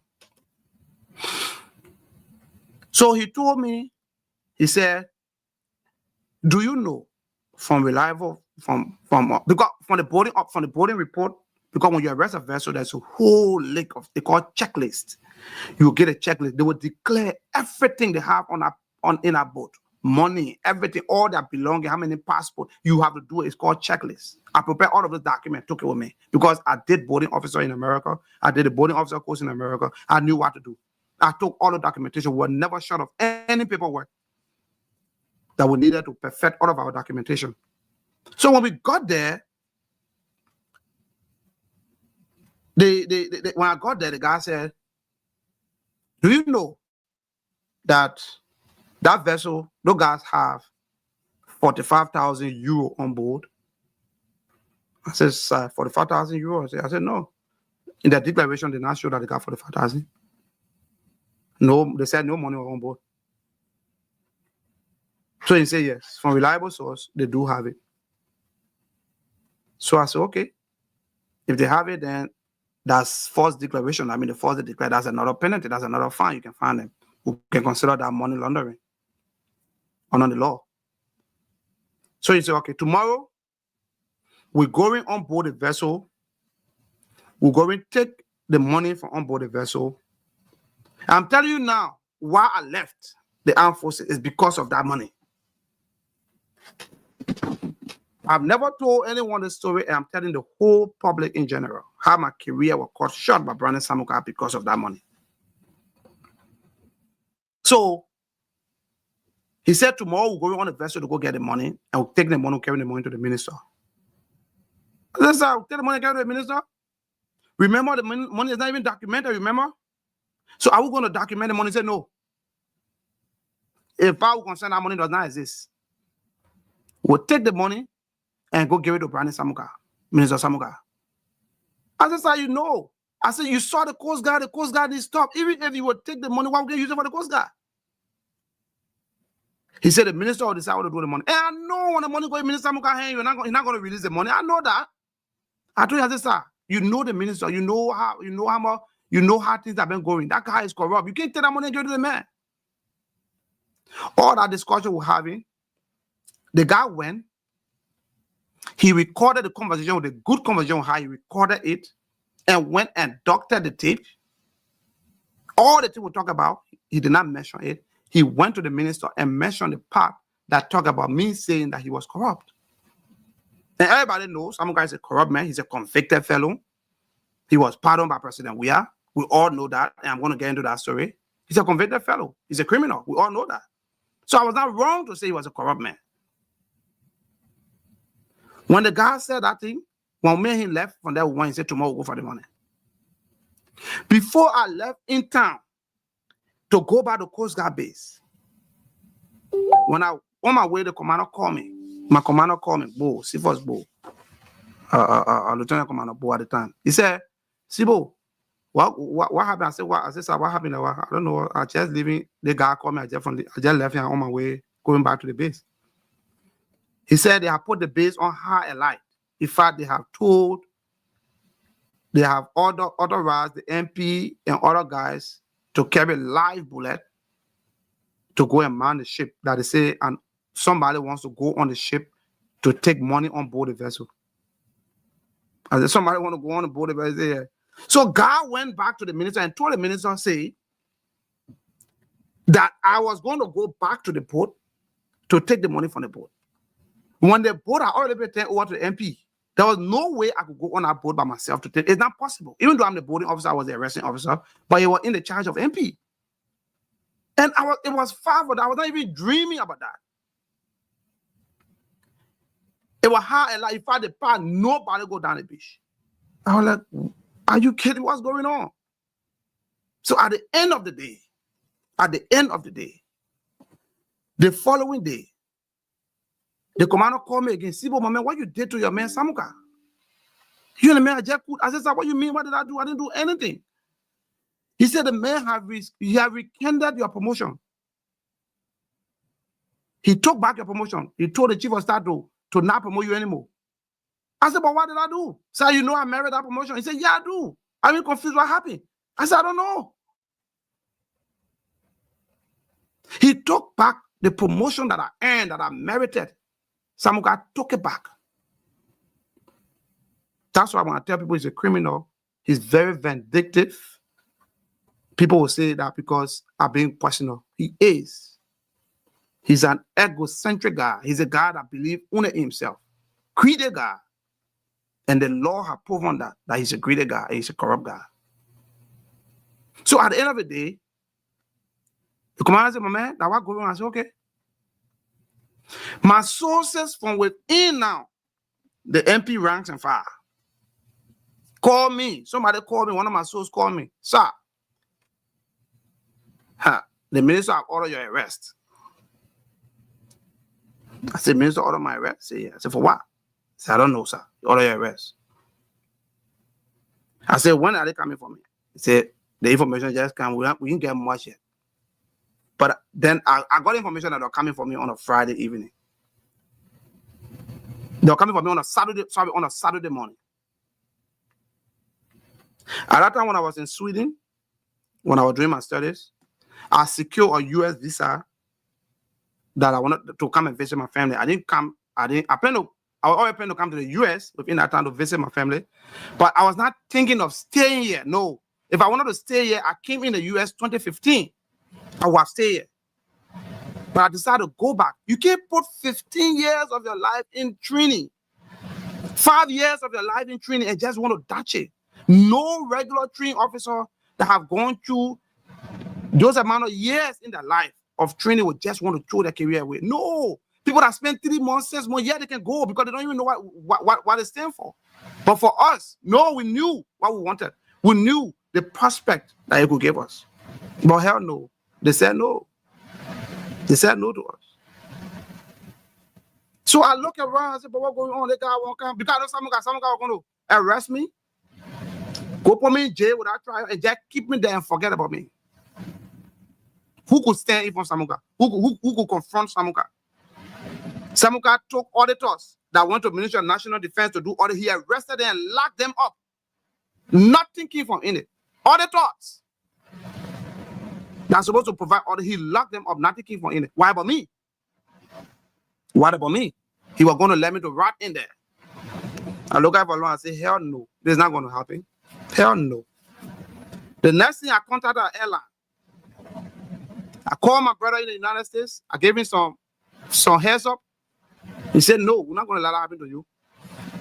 My brother said, go to some place and get some money and get yourself some ticket and leave Liberia. And you get ticket, and you get visa. I said, yeah, I got visa. That was how when I bought my plane ticket. Quickly, I bought that ticket, expensive. Friday Friday afternoon, I was off. I was to the airport and I flew out of Liberia. Saturday morning, I was in Belgium waiting for my connecting flight to come to America. When I received an information from the barrier that 10 military police, 10 MP was to my house to come and arrest me. I said, but tell them to pass behind that in Brussels. Let it pass behind the house. They shock out there to come to Brussels. I'm in Brussels. Let them come in there. That was how Samuka ended my career short. For all the work that I did, all the merit, all that I did for the Coast Guard, bring in heavy sum of money, more than $3 to $5 billion they received from that vessel. Samuka pursued me and ended my career in the armed forces. I don't hate him. That is the truth I've just told you. I've never told this to anybody. That was what Samuka did. That's why you see me today I'm not in the army. That's what I left. I didn't want because I wanted to be on a ward. I don't know. I was still been there serving my people. Because I went to school 5 years, did military administration. I know what it means to help Liberia. I know. And then the next topic, I will tell you, that's how my career ended in the armed forces. That's why I left. Today, I'm opportune to sit behind microphone and speak truth to power and let people know how those guys, the vices of those guys, the corruption of those guys have led to the decline in the armed forces, have led to from PAE day, from Danko day, see how the armed forces have shrank, see how things have happened, see the attrition rate, how many people leaving. You think Nigeria go train? Go train, all of them will leave again. You got no retention strategy. Soldiers are hungry. Look at the barracks. There is nothing entertaining. Go to the office of mess. What officers are supposed to sit and entertain themselves? What soldier go to the soldier mess? What is supposed to sit in the evening and entertain themselves? Take off stress. When you go to the place, that's a ghost land. No even chair for the people to sit down in. No chair for the soldier to even sit down and entertain themselves. No TV, nothing. How do you keep the troop on base? How would the troop not be in the street causing trouble? That's the reason why other military have those facilities in place in the barracks. Because you need to keep your troop in the barracks. If there is no entertainment, nothing, the troop will go outside to find these things. And they are soldiers. They can get people confront them. They want to tell them I'm a soldier. Mr. President, again to you. You need to change the circle of people around you that are advancing you in terms of security. Aim and believe they have zero clue on security. They have zero knowledge on how a military or the security apparatus is supposed to be run. They got no idea. They don't know what they're doing. There have been people that have stayed long in government. Some of them might have rose in the ranks in the military, but in terms of the know-how, the technical know-how, they don't have it because they did not go to the academy. In Nigeria, in Ghana, in Sierra Leone, in Guinea, in Ivory Coast, you cannot become a chief of staff or even hold a command position without you being a regularly trained officer from the academy. Even in the United States. When you hear general, those are people that went to the academy, not people that spent 3 months in training. 3 months in training is sufficient for you to have the knowledge to run an armed forces. No, that's why the troops are disenchanted. That's why when you retire Prince Johnson and you appointed as the Minister of National, that's why you see the soldiers, their wives, they revolted against it. Because when he was general, he did not even take care of the army. He did not even provide them the basic need. The soldier was suffering. Even uniform. Some of the uniform you see on the soldiers that are moving around in the street, you see they look handsome and beautiful, they bought it themselves. They bought it themselves. I was there. I know how many times I bought uniform myself. They gave me 3 sets of uniform from the day I joined. That was it. That was it. They will get 1 set of uniform for those that will go partake in the armed forces day parade, so they can look shining and sparkling, so you feel that the army is doing well. But the rest of the people don't even get uniform. Most of the uniform are bought. Those boots are bought by the soldier themselves. You pay somebody $250 to $300. Then they had to take some of that money to buy uniform, Mr. President. What wrong with the military sewing their own uniform? What wrong with the military having their own quartermaster to sew their uniform? What is wrong with that? You don't have to go buy uniform from outside. The military has professional people, Mr. President. Today, I see that all of the feeder roads projects, those small roads, farm to market roads, you are out there. They are giving them to concession companies. They are giving them to they are giving them out to construction companies to build the roads. Mr. President, you have an armed forces and engineering battalion, engineering company that is capable of building all of those roads and all of those bridges. Those guys were trained. They went to China, to the Mackinac School in China. They went to Shinshanjuan Academy, where they learn engineering, both vertical and horizontal engineering. They can build roads, Mr. President. You don't need to give feeder road to anybody. The armed forces, their engineering empowered them. They will build you all those roads. They will build you all those small bridges that are connecting farms to market road. They did it. The old armed forces did it. They did it. The bridge that connect my farm to the town, that bridge was built by the armed forces. You can still see it written on it, the inscription on it. They were built by the armed forces. That is what the armed forces supposed to be engaged in doing peacetime. But you have to keep them busy, Mr. President. If you don't keep them busy, they will not take their eyes from politics. Why are you giving all the millions out to company to build roads? Somebody will say, but they don't have experience. Okay, you know what? Bring a couple of people that have experience that will work with them. They will do it. You don't have to go spend $300, $400 million on all these roads. You can spend less than half of that. When the AFL engineering department, you increase the strength of the engineering department. While some of them are working, you send some of them to school to learn more. Mr. President, you can do that. You are the commander-in-chief. If you listen to what Geraldine George, Brigadier General Geraldine George, those fast-track promoted officers, Zianka, Prince Johnson, if you listen to them, the armed forces are not going to go on your watch because they don't understand. They don't have the pedigree. They don't have what it takes. They don't know how armed forces are supposed to look like because they did not go to the academy. It's not their fault. You can't give what you don't have. I'm not saying it because I hate them. I love General Johnson and my people. I call him people. But you can't give what you don't have. They don't have that knowledge. They don't know how an armed force is supposed to be structured. They're just going to be doing try and error. Try and error. And your troops are going to be disenchanted till one day they begin to revolt. The officer mess, there's nothing there. The enlisted mess, there's nothing there. The enlisted doesn't have entertainment in the barracks.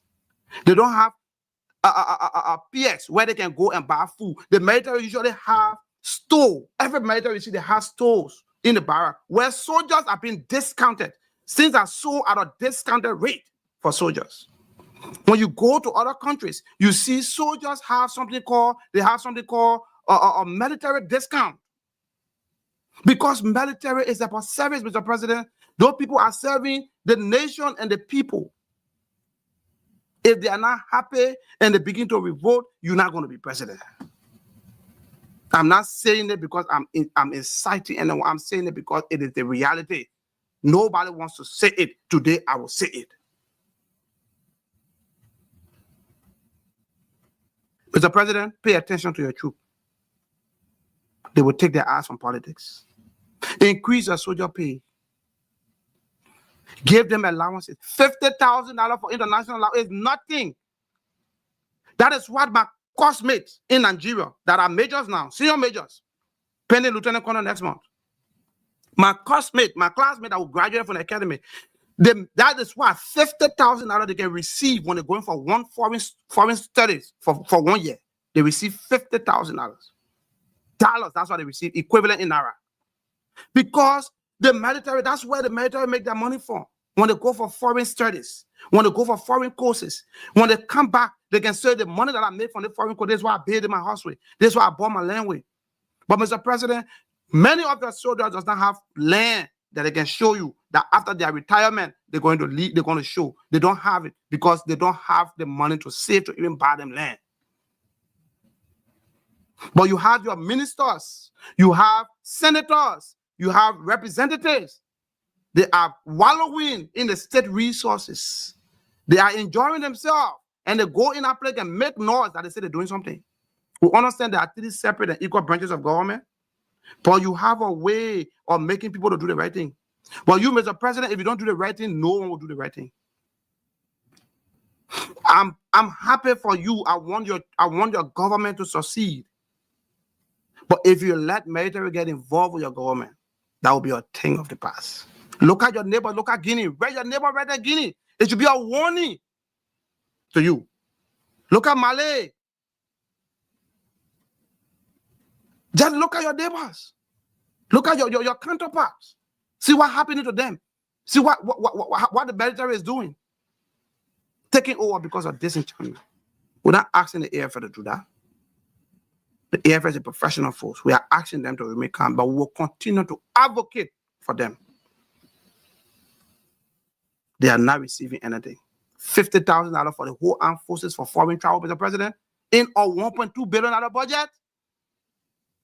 That is assault. That's a slap on the face of the armed forces. And you are the commander-in-chief, Mr. President.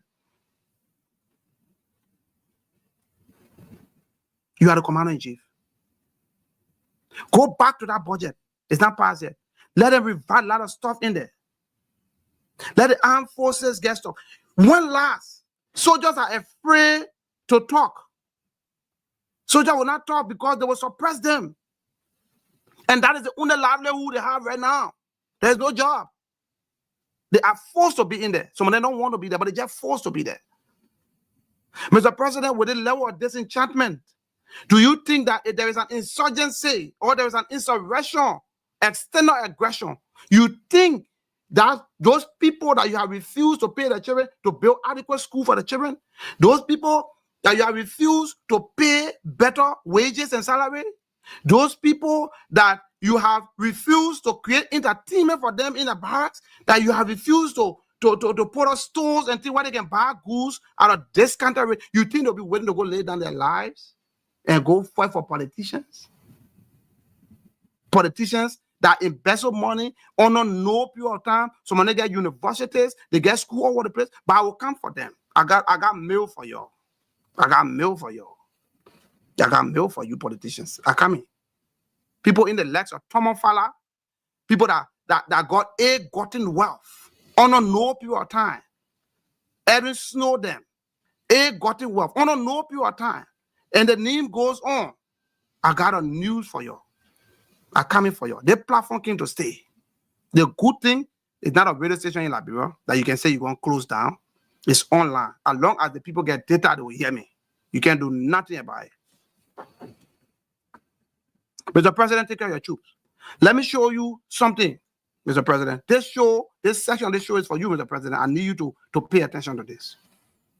You are signing a concession, an agreement wherein they will be doing oil drilling in your country, oil mining in your country. That's a very good initiative. We have the resources, we should tap into it and better the life of our people.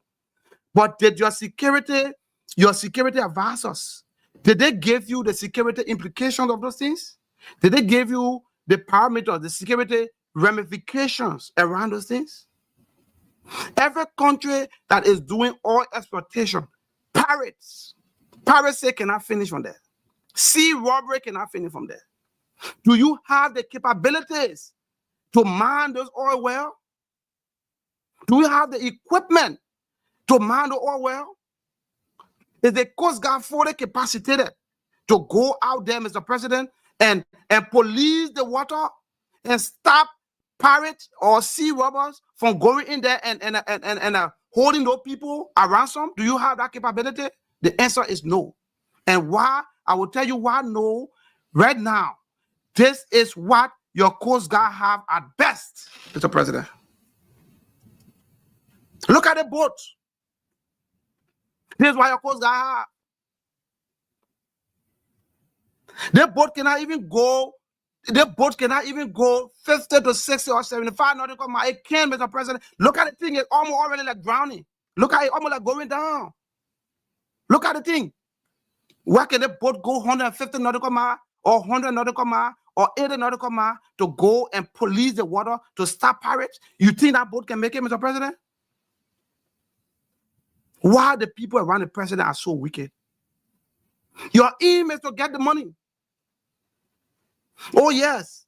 Oh, yeah, LPRC. Mr. Tue. By the way, you're doing a great job. But I will tell you, for that concession agreement, the Coast Guard should form a bigger part into it. The Coast Guard need a better boat. The Coast Guard needs vessels that can go 200 nautical miles and spend a couple of days. These vessels are not designed. These vessels cannot even navigate in the night. We have never used the vessel. You see, it doesn't even have light. It is for day navigation and it is for coastal navigation. Coastal, where you see in the water, you see in the land. That's what they call coastal navigation. These vessels are not for long distance travels. No, they are fast patrol craft just for river rain. In fact, it belongs in the river, not even in the ocean.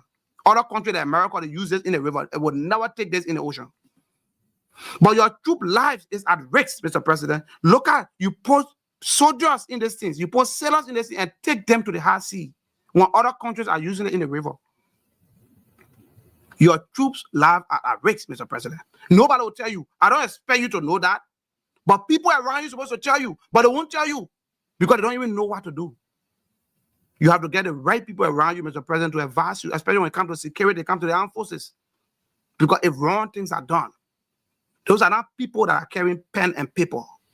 Those are not people that are carrying laptops on their arms. Those are not people that are carrying iPads. Those are people that are carrying guns. Capable of carrying guns. And we all know the record of guns. Mr. President, do something for your troop. This is the boat. This is it. Look at what your Coast Guard get. Liberian Coast Guard, look what they get there. Like pirates. These are the same thing the small pirate they can use. Risk their lives. But this is why your Coast Guard get at most, at best. This is why your Coast Guard has. Mr. President, where can this boat go? Is there any representative that is willing to sit down in the boat, where even where it's sitting, we're not even far play, they're willing to sit in that boat, where you sit down? Mr. President, the answer is no. Your Coast Guard is underprepared. But it is not late. It is not late, Mr. President. It is not late. It is not late. I will tell you this for sure. Your Coast Guard can be improved within the twinkling of an eye. And today's podcast, I'm not just going to be complaining. I'm going to provide recommendation, Mr. President. I have done my research. Before coming to the show, I did a lot of research because I serve the armed forces. I serve the Coast Guard. And I know what it takes to be out there. I was trained with the Nigerian Navy for 1 year. I went on sea. I went to oil well in Onan, all the FOB Boni, those places we were there patrolling. We see what pirates can do when there is oil drilling in your country. Once your country begins to have drilling, pirates and sea robbery cannot finish. And you know how the coast of Africa, West Africa, is getting infested with pirates because of lack of job opportunity. Your Coast Guard cannot man those well. Besides that, you're not being able to find out, you're not being able to know how many oil those people are taking out per day because you got no means of recording those data. And then they tell you that what you take. Then the country begin to lose. Then instead of you buying a couple of boats that can get there, the country lose millions and millions and millions. Mr. President, I'm going to recommend to you today in the podcast. I hope this video can reach you. I pray that it reach you. It's long, you don't have to watch all, but then watch the important part. Mr. President, I'm recommending to you 2 boats, 2 vessels that will be efficient for the Coast Guard operation to man that oil well and provide adequate patrol of our coastal water, our EEZ and our territorial sea. They're not only going to be there to deter pirates, they're also going to be there to arrest illegal fishing. You are seeing the record have demonstrated how much people pay in fines when they are arrested for illegal fishing. The records are there, Mr. President. You were vice president during Ellington. You saw how much money came back from the arrests that are made, from the arrests that the Coast Guard made from other places. You saw it. You know how much money can come from there. The Coast Guard is capable of taking care of herself. All you need to do is to empower the Coast Guard, Mr. President. Give them what they need. Give them the tool that they need. You're erasing the troop life. The troop life is being risked with this thing, Mr. President. They cannot go to high sea with this. This thing is for river. It's for river. Please, Mr. President, this is a clarion call to you so your legacy can live on. you will be the first to buy a quarter-class vessel. It's called quarter-class vessel for the Coast Guard. This is what I made research on. This is one of the vessels. It looks fancy, yeah, but it's intended for war. It's a war fast patrol craft. Look at the dimension. Look at the specification of those vessels. If those that can read it. It's a Mentor Sharp 115 Defendant. It is a next generation multi-mission vessel designed in direct response to increasing maritime challenges worldwide. This modern and imposed military craft perform a wide range of missions, including border patrol, police and custom duties, counter-narcotic operations, fishery enforcement, and securing waters of economic importance. That is the kind of thing this kind of vessel can do, Mr. President. That is one. And I also made research of another type. They are of the same. Another type is still a cutter class. Look at this one. I know it might look small. No, let me change the one, not this one. Okay, this one, Mr. President.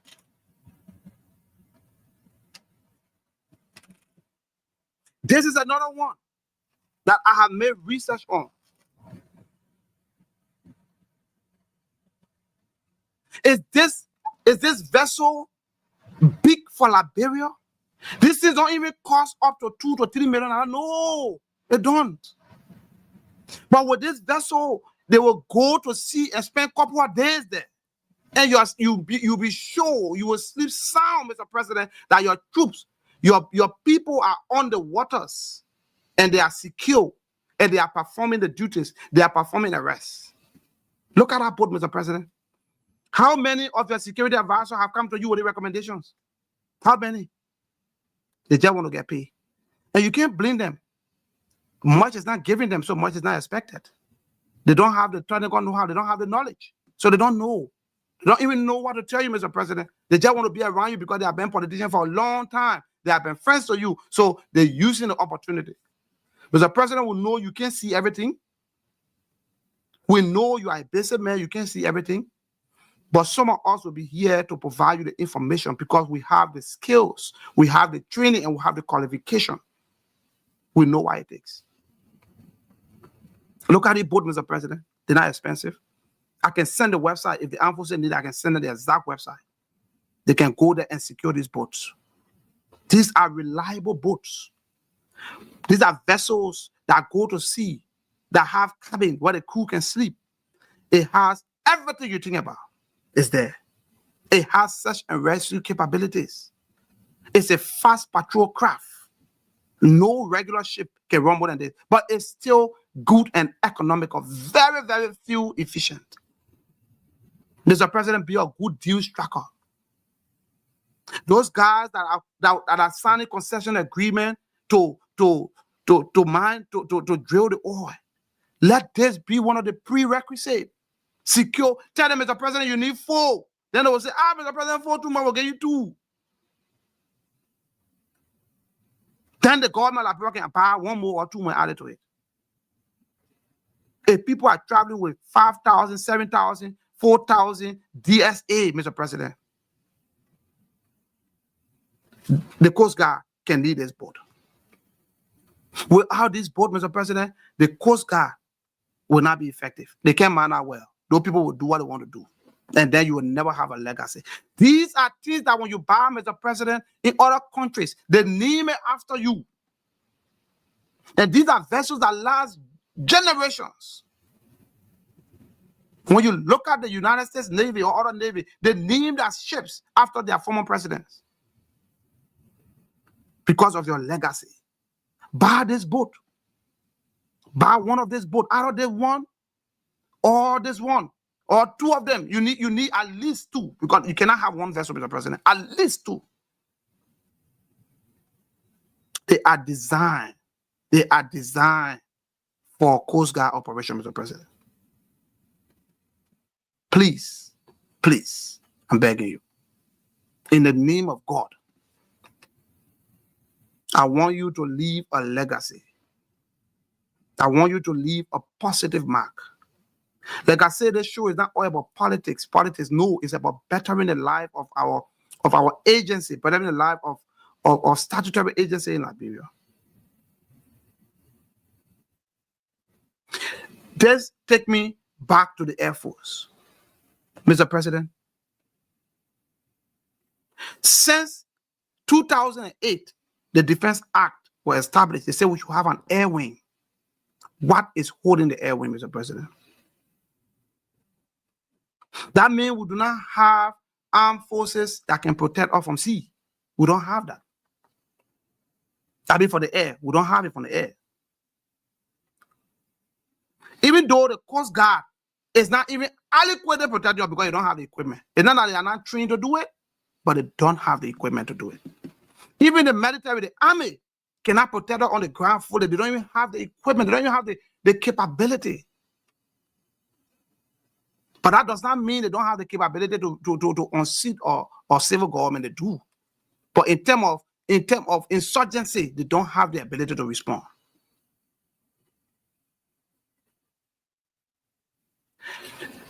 The air wing, Mr. President, you could leave a legacy.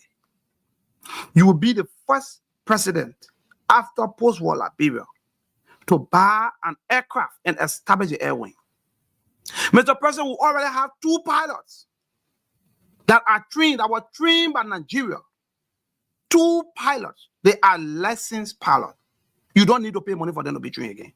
Even though the Coast Guard the Armed Forces, the AFL honor General Johnson, abandoned one of our pilots in America. The pilot found his own money, came to school because he wanted to further himself. Those people graduated from, those are perishable skills, Mr. President. Flying airplane, the military, those are perishable skills. They need to be rehearsing, you need to keep doing it or else the skill will lost. The pilot sat down for 4 years. One of them got a scholarship.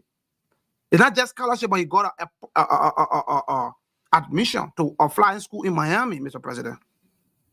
And President, we are quite aware of this. That is the pilot you see, President. We are standing with a cake plane. That cake plane, you see the 2 pilots standing right near him. Those are our pilots. Captain Jerry Jeff Dwana and Captain Adolfo Salif. Those are our pilots, Mr. President. Those guys are lesson proud. They flew Nigerian military aircraft. They flew it. If Nigeria would trust them with a military aircraft to fly solo by themselves, that means they are lesson pilots. Those guys, the other pilot came here, find his own money, call parents here, there, friends, family, they ran it together and give it to him. The armed forces promising that when you come, we will take care of you. Say you are taking the initial step, that is good. The man came here, the armed forces abandoned the pilot to the extent that the school had to tell him to leave.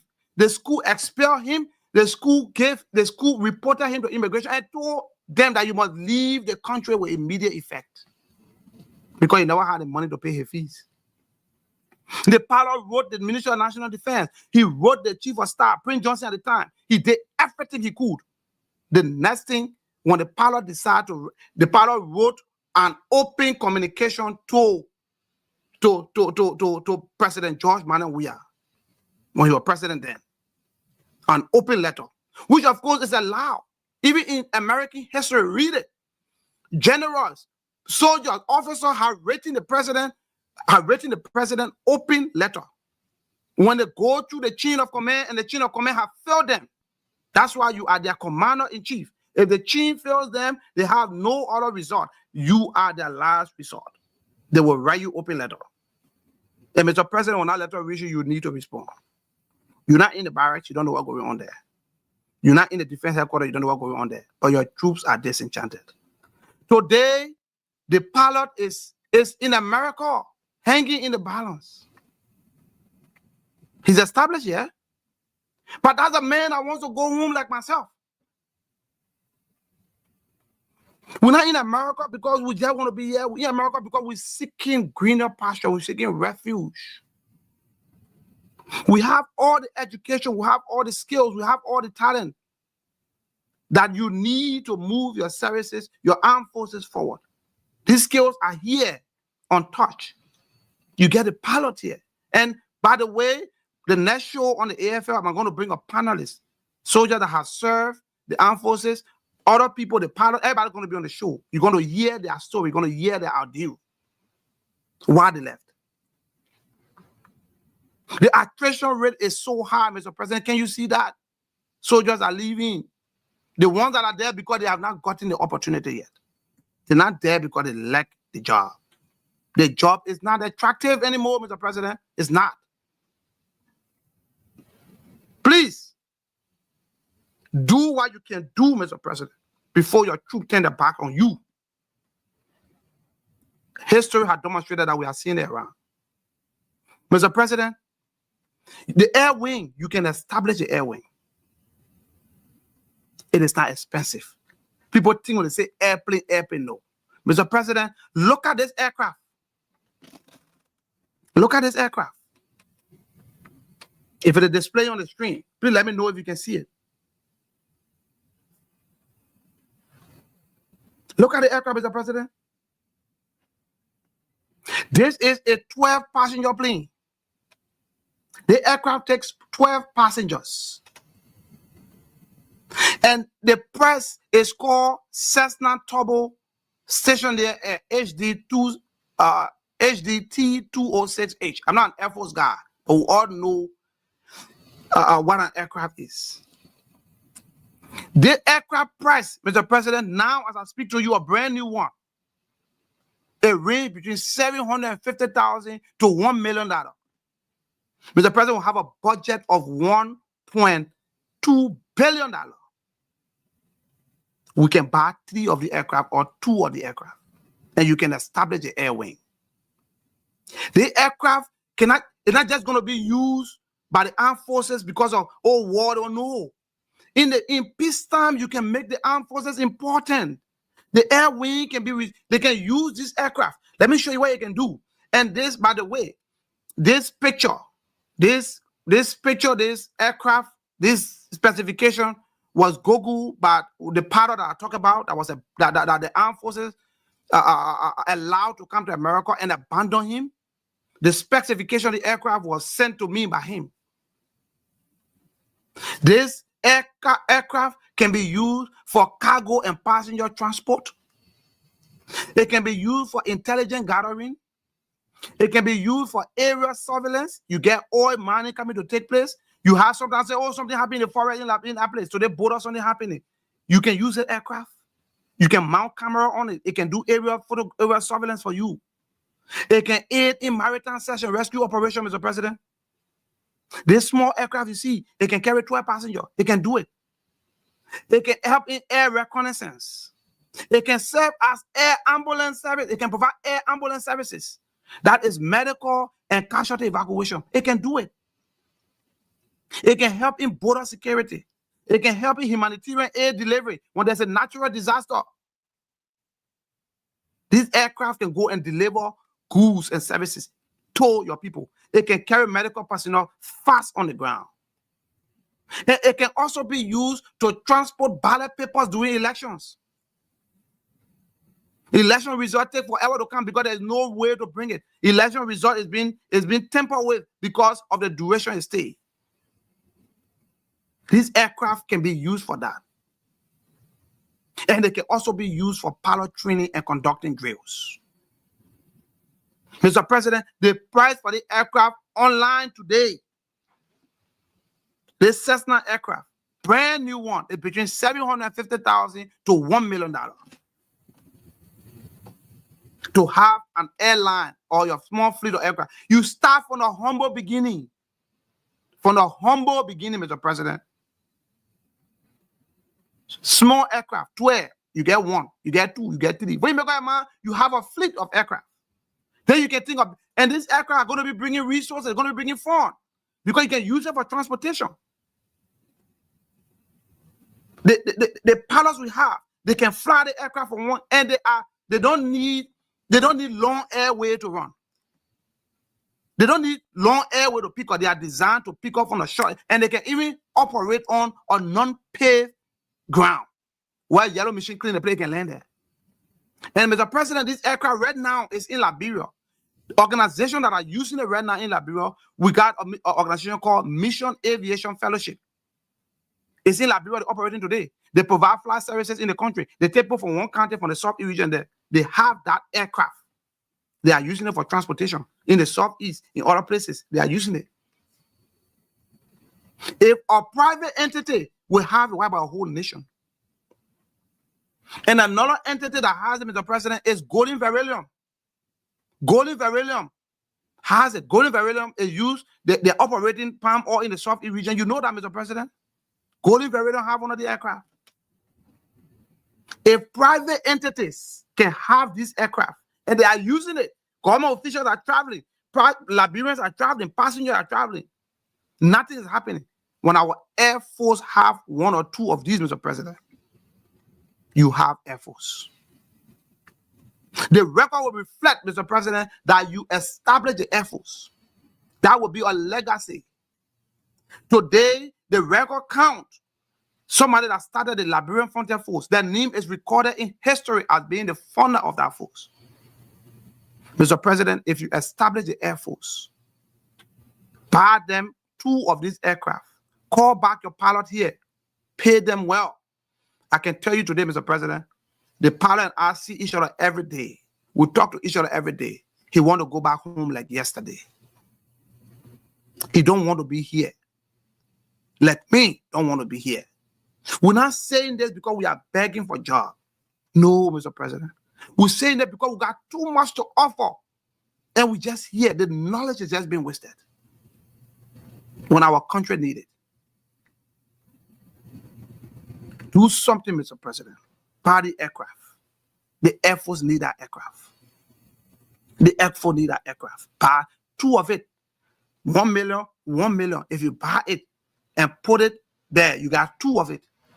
The record will show forever that in post-war AFL, President Joseph Barker bought the Liberian Air Force 2 airplanes. Nobody will dispute that. History will remember you forever. That's how people live legacy. Little things that people overlook gave you legacy forever. Mr. President, please, I am begging you. Do these 2 things for me. For the Liberian people, it will help. Buy this aircraft and buy 1 of these boats for the Coast Guard. 2 of these boats. Because boat, you need to have a backup. The same with the aircraft, you need 2 as a backup. Buy this thing, Mr. President. It will serve as a legacy. It will serve as a legacy for you. Your name will be ever written in history. All these people you see, they are senior officers in the AFL. Yes, those are the ones that you can see, you can be with. Those guys make 10,000 and more, or a little close to that as allowances and things. I mean, as salary and allowances and things. Mr. President, they are not the soldier anymore. They are up there now. They have become a bourgeois. They are military bourgeois. Not because they come and smile and think they are happy, that means the troops are happy. No, Mr. President, they receive more money, the troops are not receiving anything. Captains, majors are riding keke napep. They riding motorball with a major rank, with a palm nut tree on their shoulder, Mr. President. That's a disgrace to our nation. After hundreds or more years of independence, almost 200 years of independence, our armed forces deserve better. Mr. President, as I wrap up this section, and by the way, I told my listeners that we will have another panel of discussion on the armed forces. I'm serious about the armed forces because that is where I'm from. That's my home. That's what I love doing. They didn't send me to school all the years to learn these things and let it become a waste. Let it become a waste, Mr. President. You think I don't have the opportunity of joining the United States Army? I can't. So my other colleagues came to join. The United States want to hear your background, they want you. Some I have not done it yet. Because we know there are better days ahead in Liberia. We know that some president will open their eyes and see the fire burning in these guys that are capable of making change. Mr. President, I'm calling upon you. We can't go back in uniform again, but we can run military administration. The powers are here. The power is here. Maybe 1 or 2 refreshers, all of them back on course. You establish an air wing, Mr. President, that thing will live forever. Forever. Your children will be able to point to it, my father did this. And that $1.2 billion budget, the budget gonna see in 2 to 3 years. That is not a legacy. Even though you started, how long are we gonna remember that? But if you buy 2 vessels for the Coast Guard, vessels that are powerful, Cutlass class vessels that can take men and equipment to sea for a couple of days and bring them, but your need remain forever, Mr. President. Those are the 2 things I'm calling upon you for, Mr. President. Do that. And check on your soldiers. If General Johnson, General George, they will understand they went in rank fast. They went up there. The only way they went there. Quick. They had the whole promotion. They went up there. But they don't understand. They don't have that know-how to move the armed forces forward. And you can't blame them. They never had that amount of training. They never had it. I'm not saying it because I hate them, but they never had that amount of training. Every command position, every strategic position in the military, in any well-defined military, is commanded by people that graduated from the Defense Academy. West Point, Sandhurst, Yusafa, in Nigeria, Nigerian Defense Academy, in Ghana, Ghana Defense Academy, in Sierra, in Guinea, Guinea Defense Academy. We don't have Defense Academy. But Mr. President, what's wrong with our diplomatic channels? Why we stop sending cadets to the Nigerian Defense Academy? Why we stop? Nigeria still waiting to help us. Why we stop? Why are we not sending cadets to Ghana? We have that bilateral agreement. The Ghana president, Mr. President, he's a friend. You know him. Why you can't send young Liberians that want to be officers in the armed forces? Why you can't send them there so that they will come back with military administration? Our neighbors are doing well because they get the foundation. We that had the foundation, we were suppressed, we were marginalized, and we were chased out. That's why we left. But we can still provide administrative support to our troops. We can still provide administrative overhead to our troops. We have the education, we have the training, we have the experience. Mr. President, please, if you are opportune to listen to them, Mr. President. Please. Please. Our Coast Guard.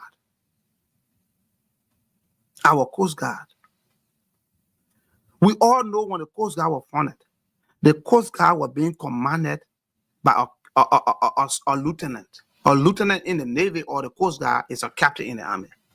Lieutenant Moluba. He was the commander of the Coast Guard. He was a captain. Today, our Coast Guard has a Navy captain, which is a colonel from the Army. You took someone from the Army, Mr. President. See how misplaced they can be. See how they misplace things. They put us a square peg in a round hole. Why they keep doing that? They took Army colonel Homo and making Coast Guard commander. When you have a lieutenant commanders, major equivalent in the Coast Guard that have Navy training, that are Navy trained, they went to Navy Academy, they graduated. They know what it means to run a Coast Guard and what it means to run a Navy, which is a bigger version of Coast Guard. No, because they're not from first class or second class. But they were captain. They held the Coast Guard some years ago. But today, the Coast Guard have majors. They have lieutenant commander, which is a major equivalent in the Coast Guard, in the Navy or the Coast Guard. They can't make them Coast Guard commander. No, because they're not part of their class. No, because they're not second class. You have to run the armed forces with efficiency. Not who know you or who don't know you. You have to run it with expertise. People that have the expertise, you give them the job to do. It's not your father farm that you might take your friend and go put him in charge. No. The Coast Guard is stagnated today also because you take army officer to go run the Coast Guard. When the Coast Guard already have 3 Navy officers. People that went to the Nigerian Naval College. My colleagues that all went to the Nigerian Naval College. They graduated with me. They were commissioned with me. We know how much knowledge you have to run these things. They left them as a president. They took army officer, Colonel Homer, and they have done it in the past. They took Major Bo, army officer, and sent him to the Coast Guard. They took Major Willie at the time, Colonel Willie, because they have grown in rank now. They sent them to the Coast Guard. They are all army officers. Navy Coast Guard has a specialized operation, specialized training. They're not buka place. So you need to put a square peg in a square hole and a round peg in a round hole. You got lieutenant commander, you got equivalent of major in the Coast Guard today, and they are Navy officers that went to the academy, that did everything. They are trained, and they are capable of becoming commander of the Coast Guard. But because they're not part of your class, you take an army officer and make him Coast Guard commander. That's my disappointment in Major General Fuller. Fuller is my big brother. I'll have a special section for him. He's my big brother. I love that man. He's my big brother. He's a dedicated man. He work hard. I like him. But General Fuller, you're taking a mixed step. You're following the same footstep that your predecessor followed. And you see, when Prince Johnson left, when the president retired Prince Johnson and appointed him as minister, you saw how the military revolted. You saw how people were disenchanted. That is not how leadership should be. When you are promoted from one level to another, your subordinates should rejoice. They should have party for you that you have been promoted. That means you have done great things for them. But if your people are rejecting you, that means you have done nothing but you brought harm to them. Colonel Fuller, sorry, I used to call him because that the rank is still on in, I remember. Major General Fuller. I know. Sheridan George has become your boss. She's the minister. How much knowledge she got around the army? Very little. Even though they went up quick, like a breeder dog. They catapult them up to the rank. Boop! They begin generals. But they don't have that know-how. They don't have the technical know-how. Major General Fuller, you have to leave a legacy. Life is about legacy. Leave a legacy. Restructure the army. Put people to where they belong. Recall that army officer from Coast Guard. Send him back to the army and put a Coast Guard officer in charge. You got lieutenant commander, you got major in the Coast Guard. Let them run the Coast Guard. You will not feel happy when they take a Coast Guard officer and go run the 23rd Infantry Brigade. Will you like it? That Coast Guard officer is sent to 23rd Infantry Brigade to go run it. Will you be happy? And the thing is that you know it's not right, Major Fuller. Major General Fuller. I'm used to saying Major Lieutenant Colonel because technically the players will be.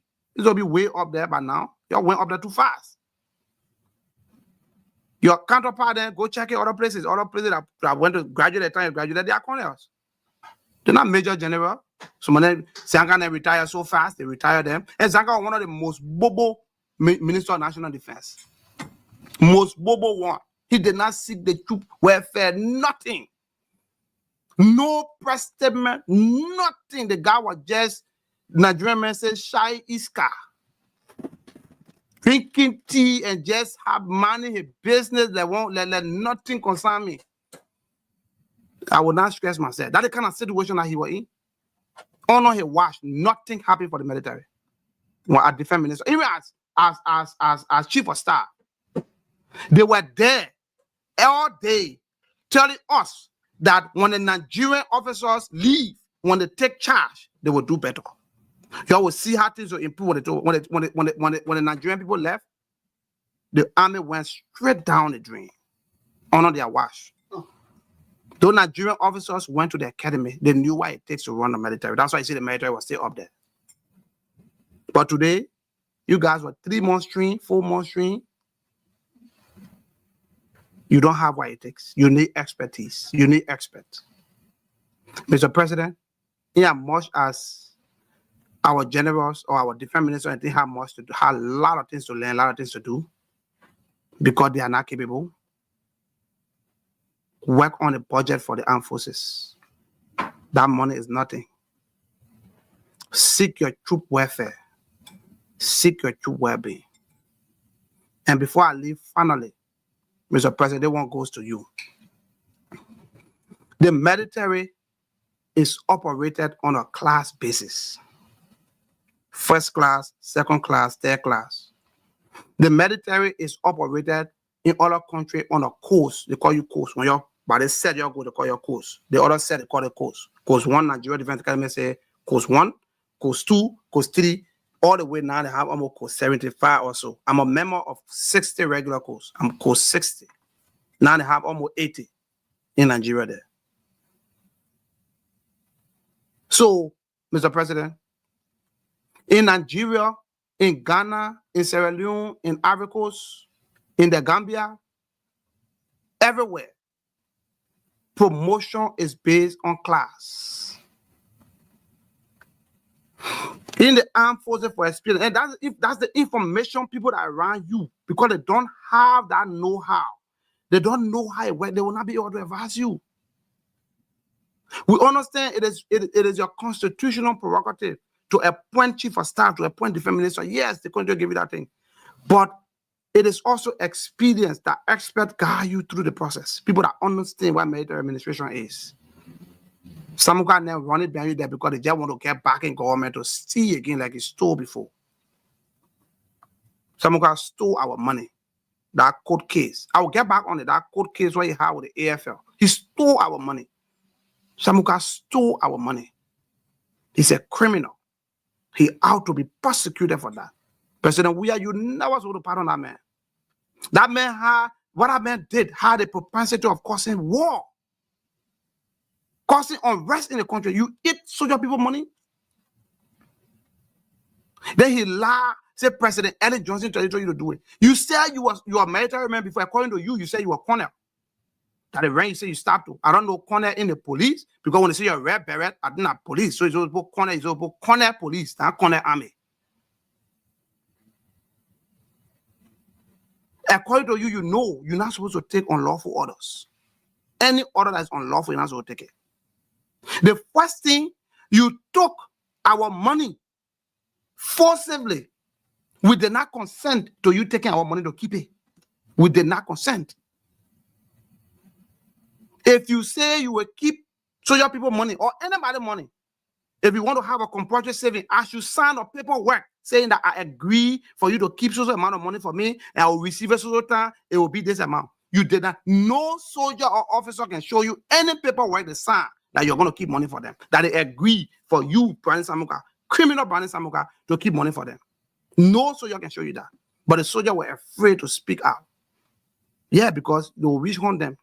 Even the commanders, Prince Johnson, Ziaka, and Folene, they could not come out to speak and tell the people that, oh yes, the soldiers or officers did not sign. Because Samuka, you presented yourself as a demagogue. Everybody afraid of you.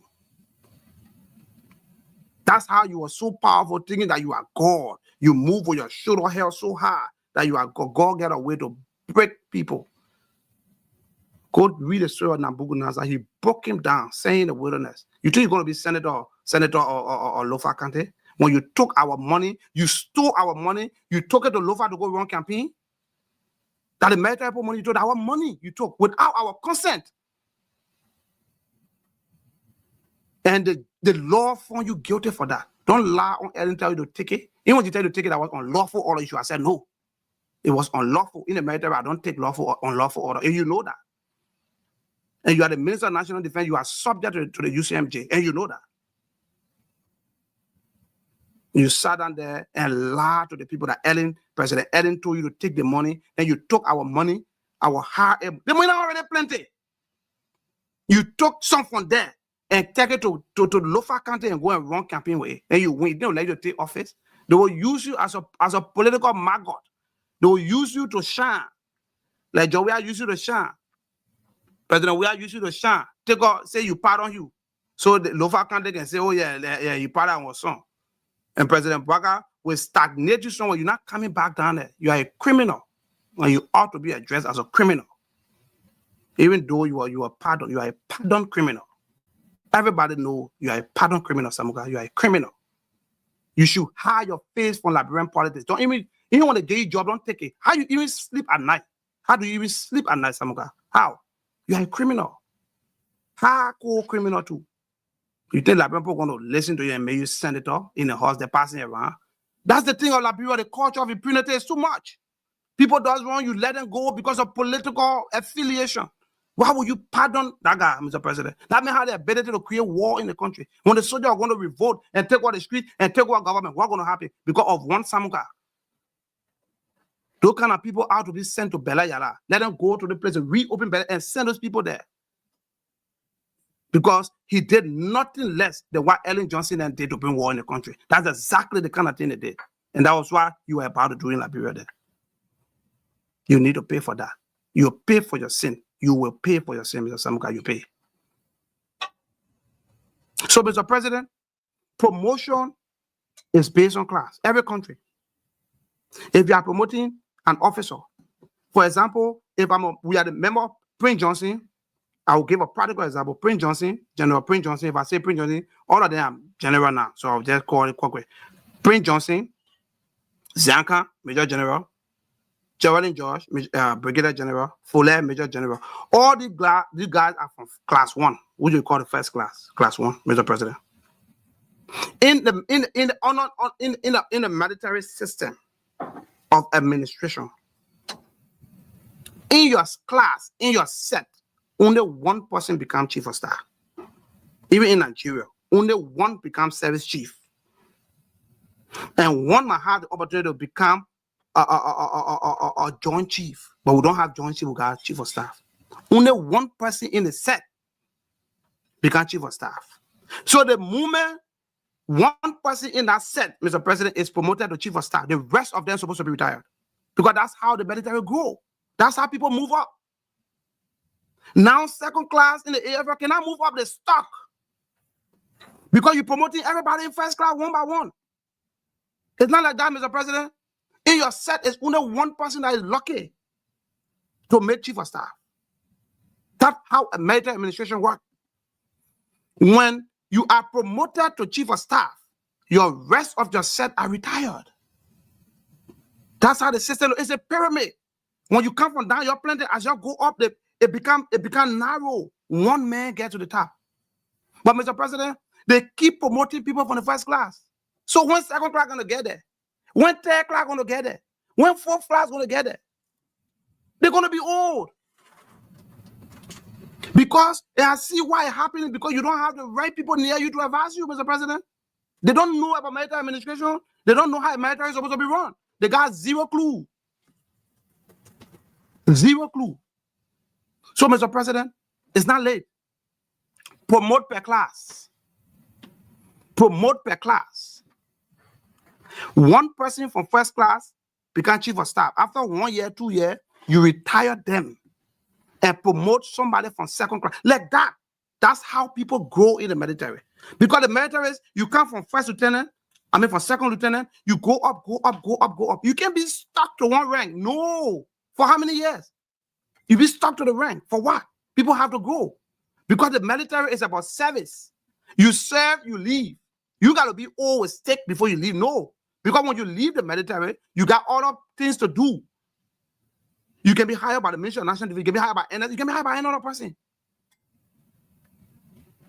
So, Mr. President, this promoting people in the set. Once set, you keep promoting them. You promote Zanka. You promote Prince Johnson. You promote Geraldine George. You promote Fuller. That's first, all of them part of first set. So when second set will become chief of staff? When?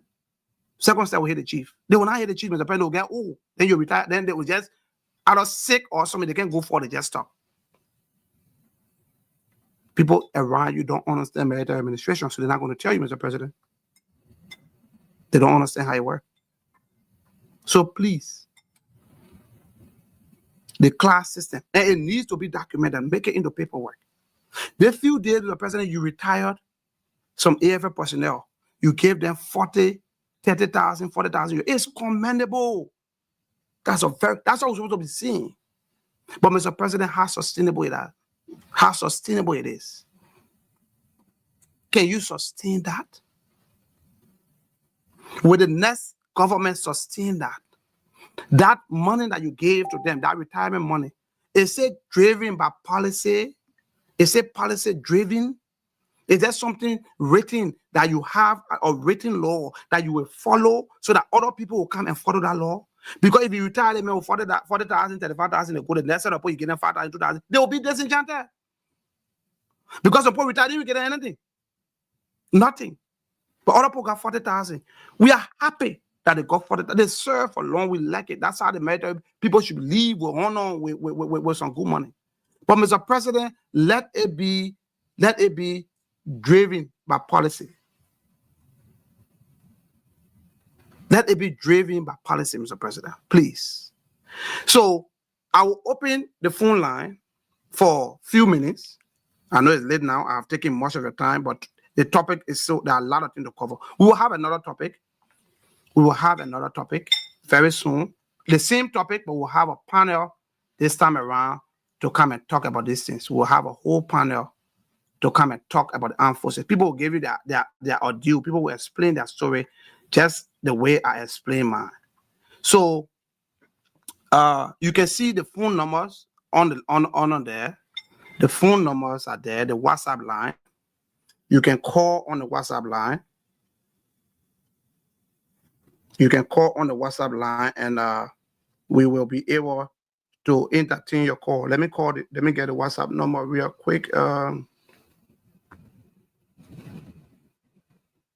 We'll just pick a few calls for today. So the WhatsApp number is plus 267 559 4052. Again, plus 267 559 4052. That is the WhatsApp number. Please, you can call. If you are in America, you can call the number straight. Plus 267 559 4052. And I will bring you on so you can give your thoughts or give your. We want to open the line for 5 minutes, already late. So that we'll have another big discussion where we'll have panel on this call, on this platform. And let me let you guys know while we are waiting for the call. Our next discussion is going to be on the Liberia Maritime Authority, the Liberia Maritime Program, not Authority, the Liberia Maritime Program. Yes. So we're going to be discussing understanding Liberia Maritime Program, opportunities, gaps, and the real beneficiary. Who are those benefiting from Liberia Maritime Program? Is Liberia really benefiting from the program? Even though we have up to almost 6,000 ships in our fleet that are flying our flags all over. The amount of money that they are paying to LISCA, Liberia International Ship and Corporate Registry, which is an entity that runs our program, is LISCA actually remitting what is supposed to remit to Liberia? Are Liberians really benefiting from that, from what God has given them, our maritime program, which is the largest now in the world in terms of tonnage? I'm a maritime professional, so I understand that. So I will put up the flyer. We will set up a date, and I can promise you, this is our first show. So we didn't follow schedule. It's too long. We understand because I was just a lot of people. Or the next show is going to be, we're going to have set of panelists, maritime professional from diverse. We have people from Nigeria. We have people from Liberia. We have different people serving as panelists. We're going to have a whole panel of maritime professional that will delve into the Liberian Maritime Program so that we can know if Liberians are really the beneficiary of our maritime program. So Please follow us. You see the flyer out there. You will see everything. And then after that maritime thing, we will have another show in the coming days too. And the topic for that discussion is the role of religious institution in nation building. Like I told you guys, not all about politics. We're talking different things that will help Liberia. The roles of religious institutions in nation building. Are our religious leaders doing enough? What's happening to the religion community, our religious community? We have religious institutions, schools. Cottington University owned by the church. AME University owned by the church. Zion University owned by the church. Stella Marie owned by the church. Even private schools, small private schools around, Singing Zido, all these non-denominational churches school, they are owned by the church. And the money they use to build those schools were people tithe, were people offering, and were donations. But today, they have made the school fee so high to the extent that even the people that pay their tithe and offering to build a school, they can't even afford to send their children there. So that's another topic that we're going to delve into. On that topic, we're going to have panels, we're going to have pastors, we're going to have religious leaders, we're going to have imam. We're also going to have schools owners. People that own schools on our panel to discuss it. So we got a lot of good things coming up. Just keep subscribe to our channel, follow our YouTube page, leave a comment. We're going to follow them in subsequent time. In subsequent time, we're going to follow them. So on this note, I want to say thank you to everyone that listened. I want to say thank you to our supporters,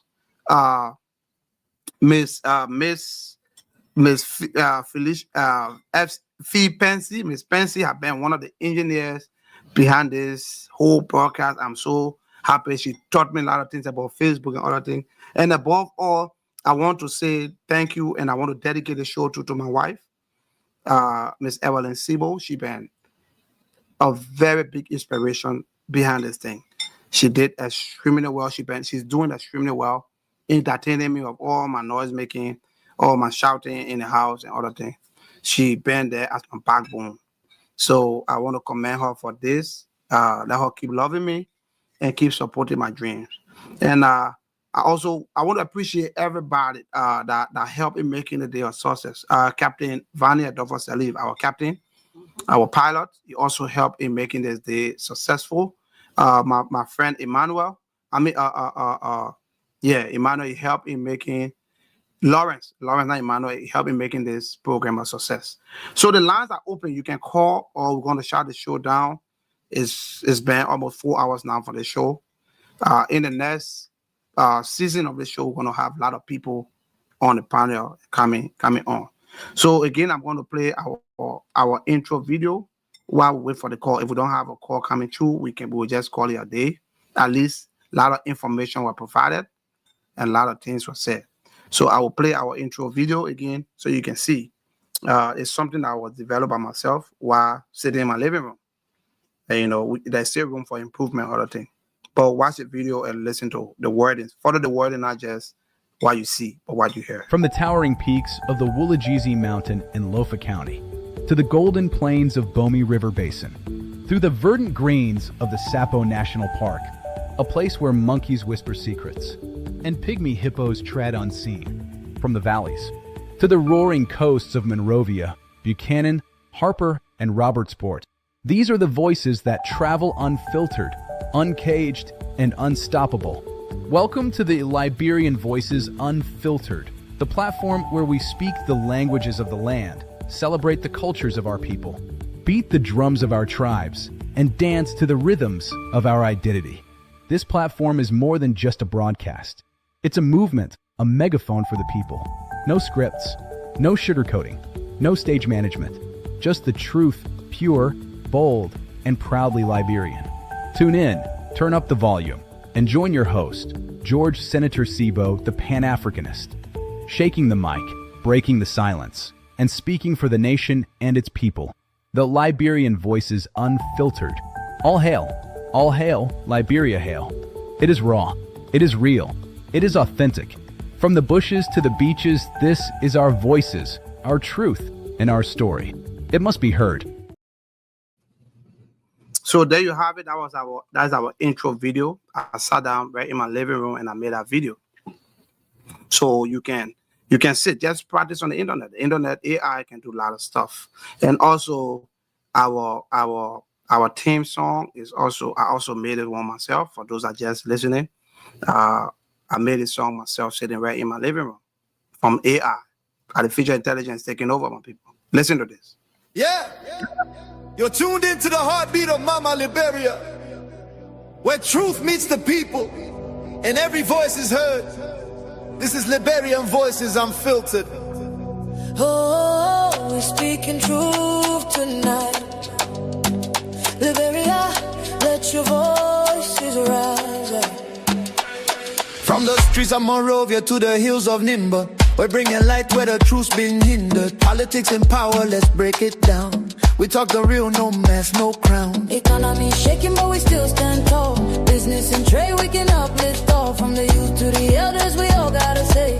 Unfiltered voices paving the way. Liberian Voices, unfiltered. Yeah, we tell you how it is, no filter. Liberian Voices, unfiltered. The people's mic, the nation's mirror. From Bukana to Bong, from Lofa to Cape Town, we talk the truth that really counts. Liberian Voices, unfiltered. Yeah. Yeah. You're tuned into the heartbeat of Mama Liberia, where truth meets the people and every voice is heard. Version of the song, the second version. Listen to this, the second version. Voice is unfiltered. We're speaking truth tonight. Liberia, let your voices rise. From the streets of Monrovia to the hills of Nimba, we're bringing light where the truth's been hindered. Politics and power, let's break it down.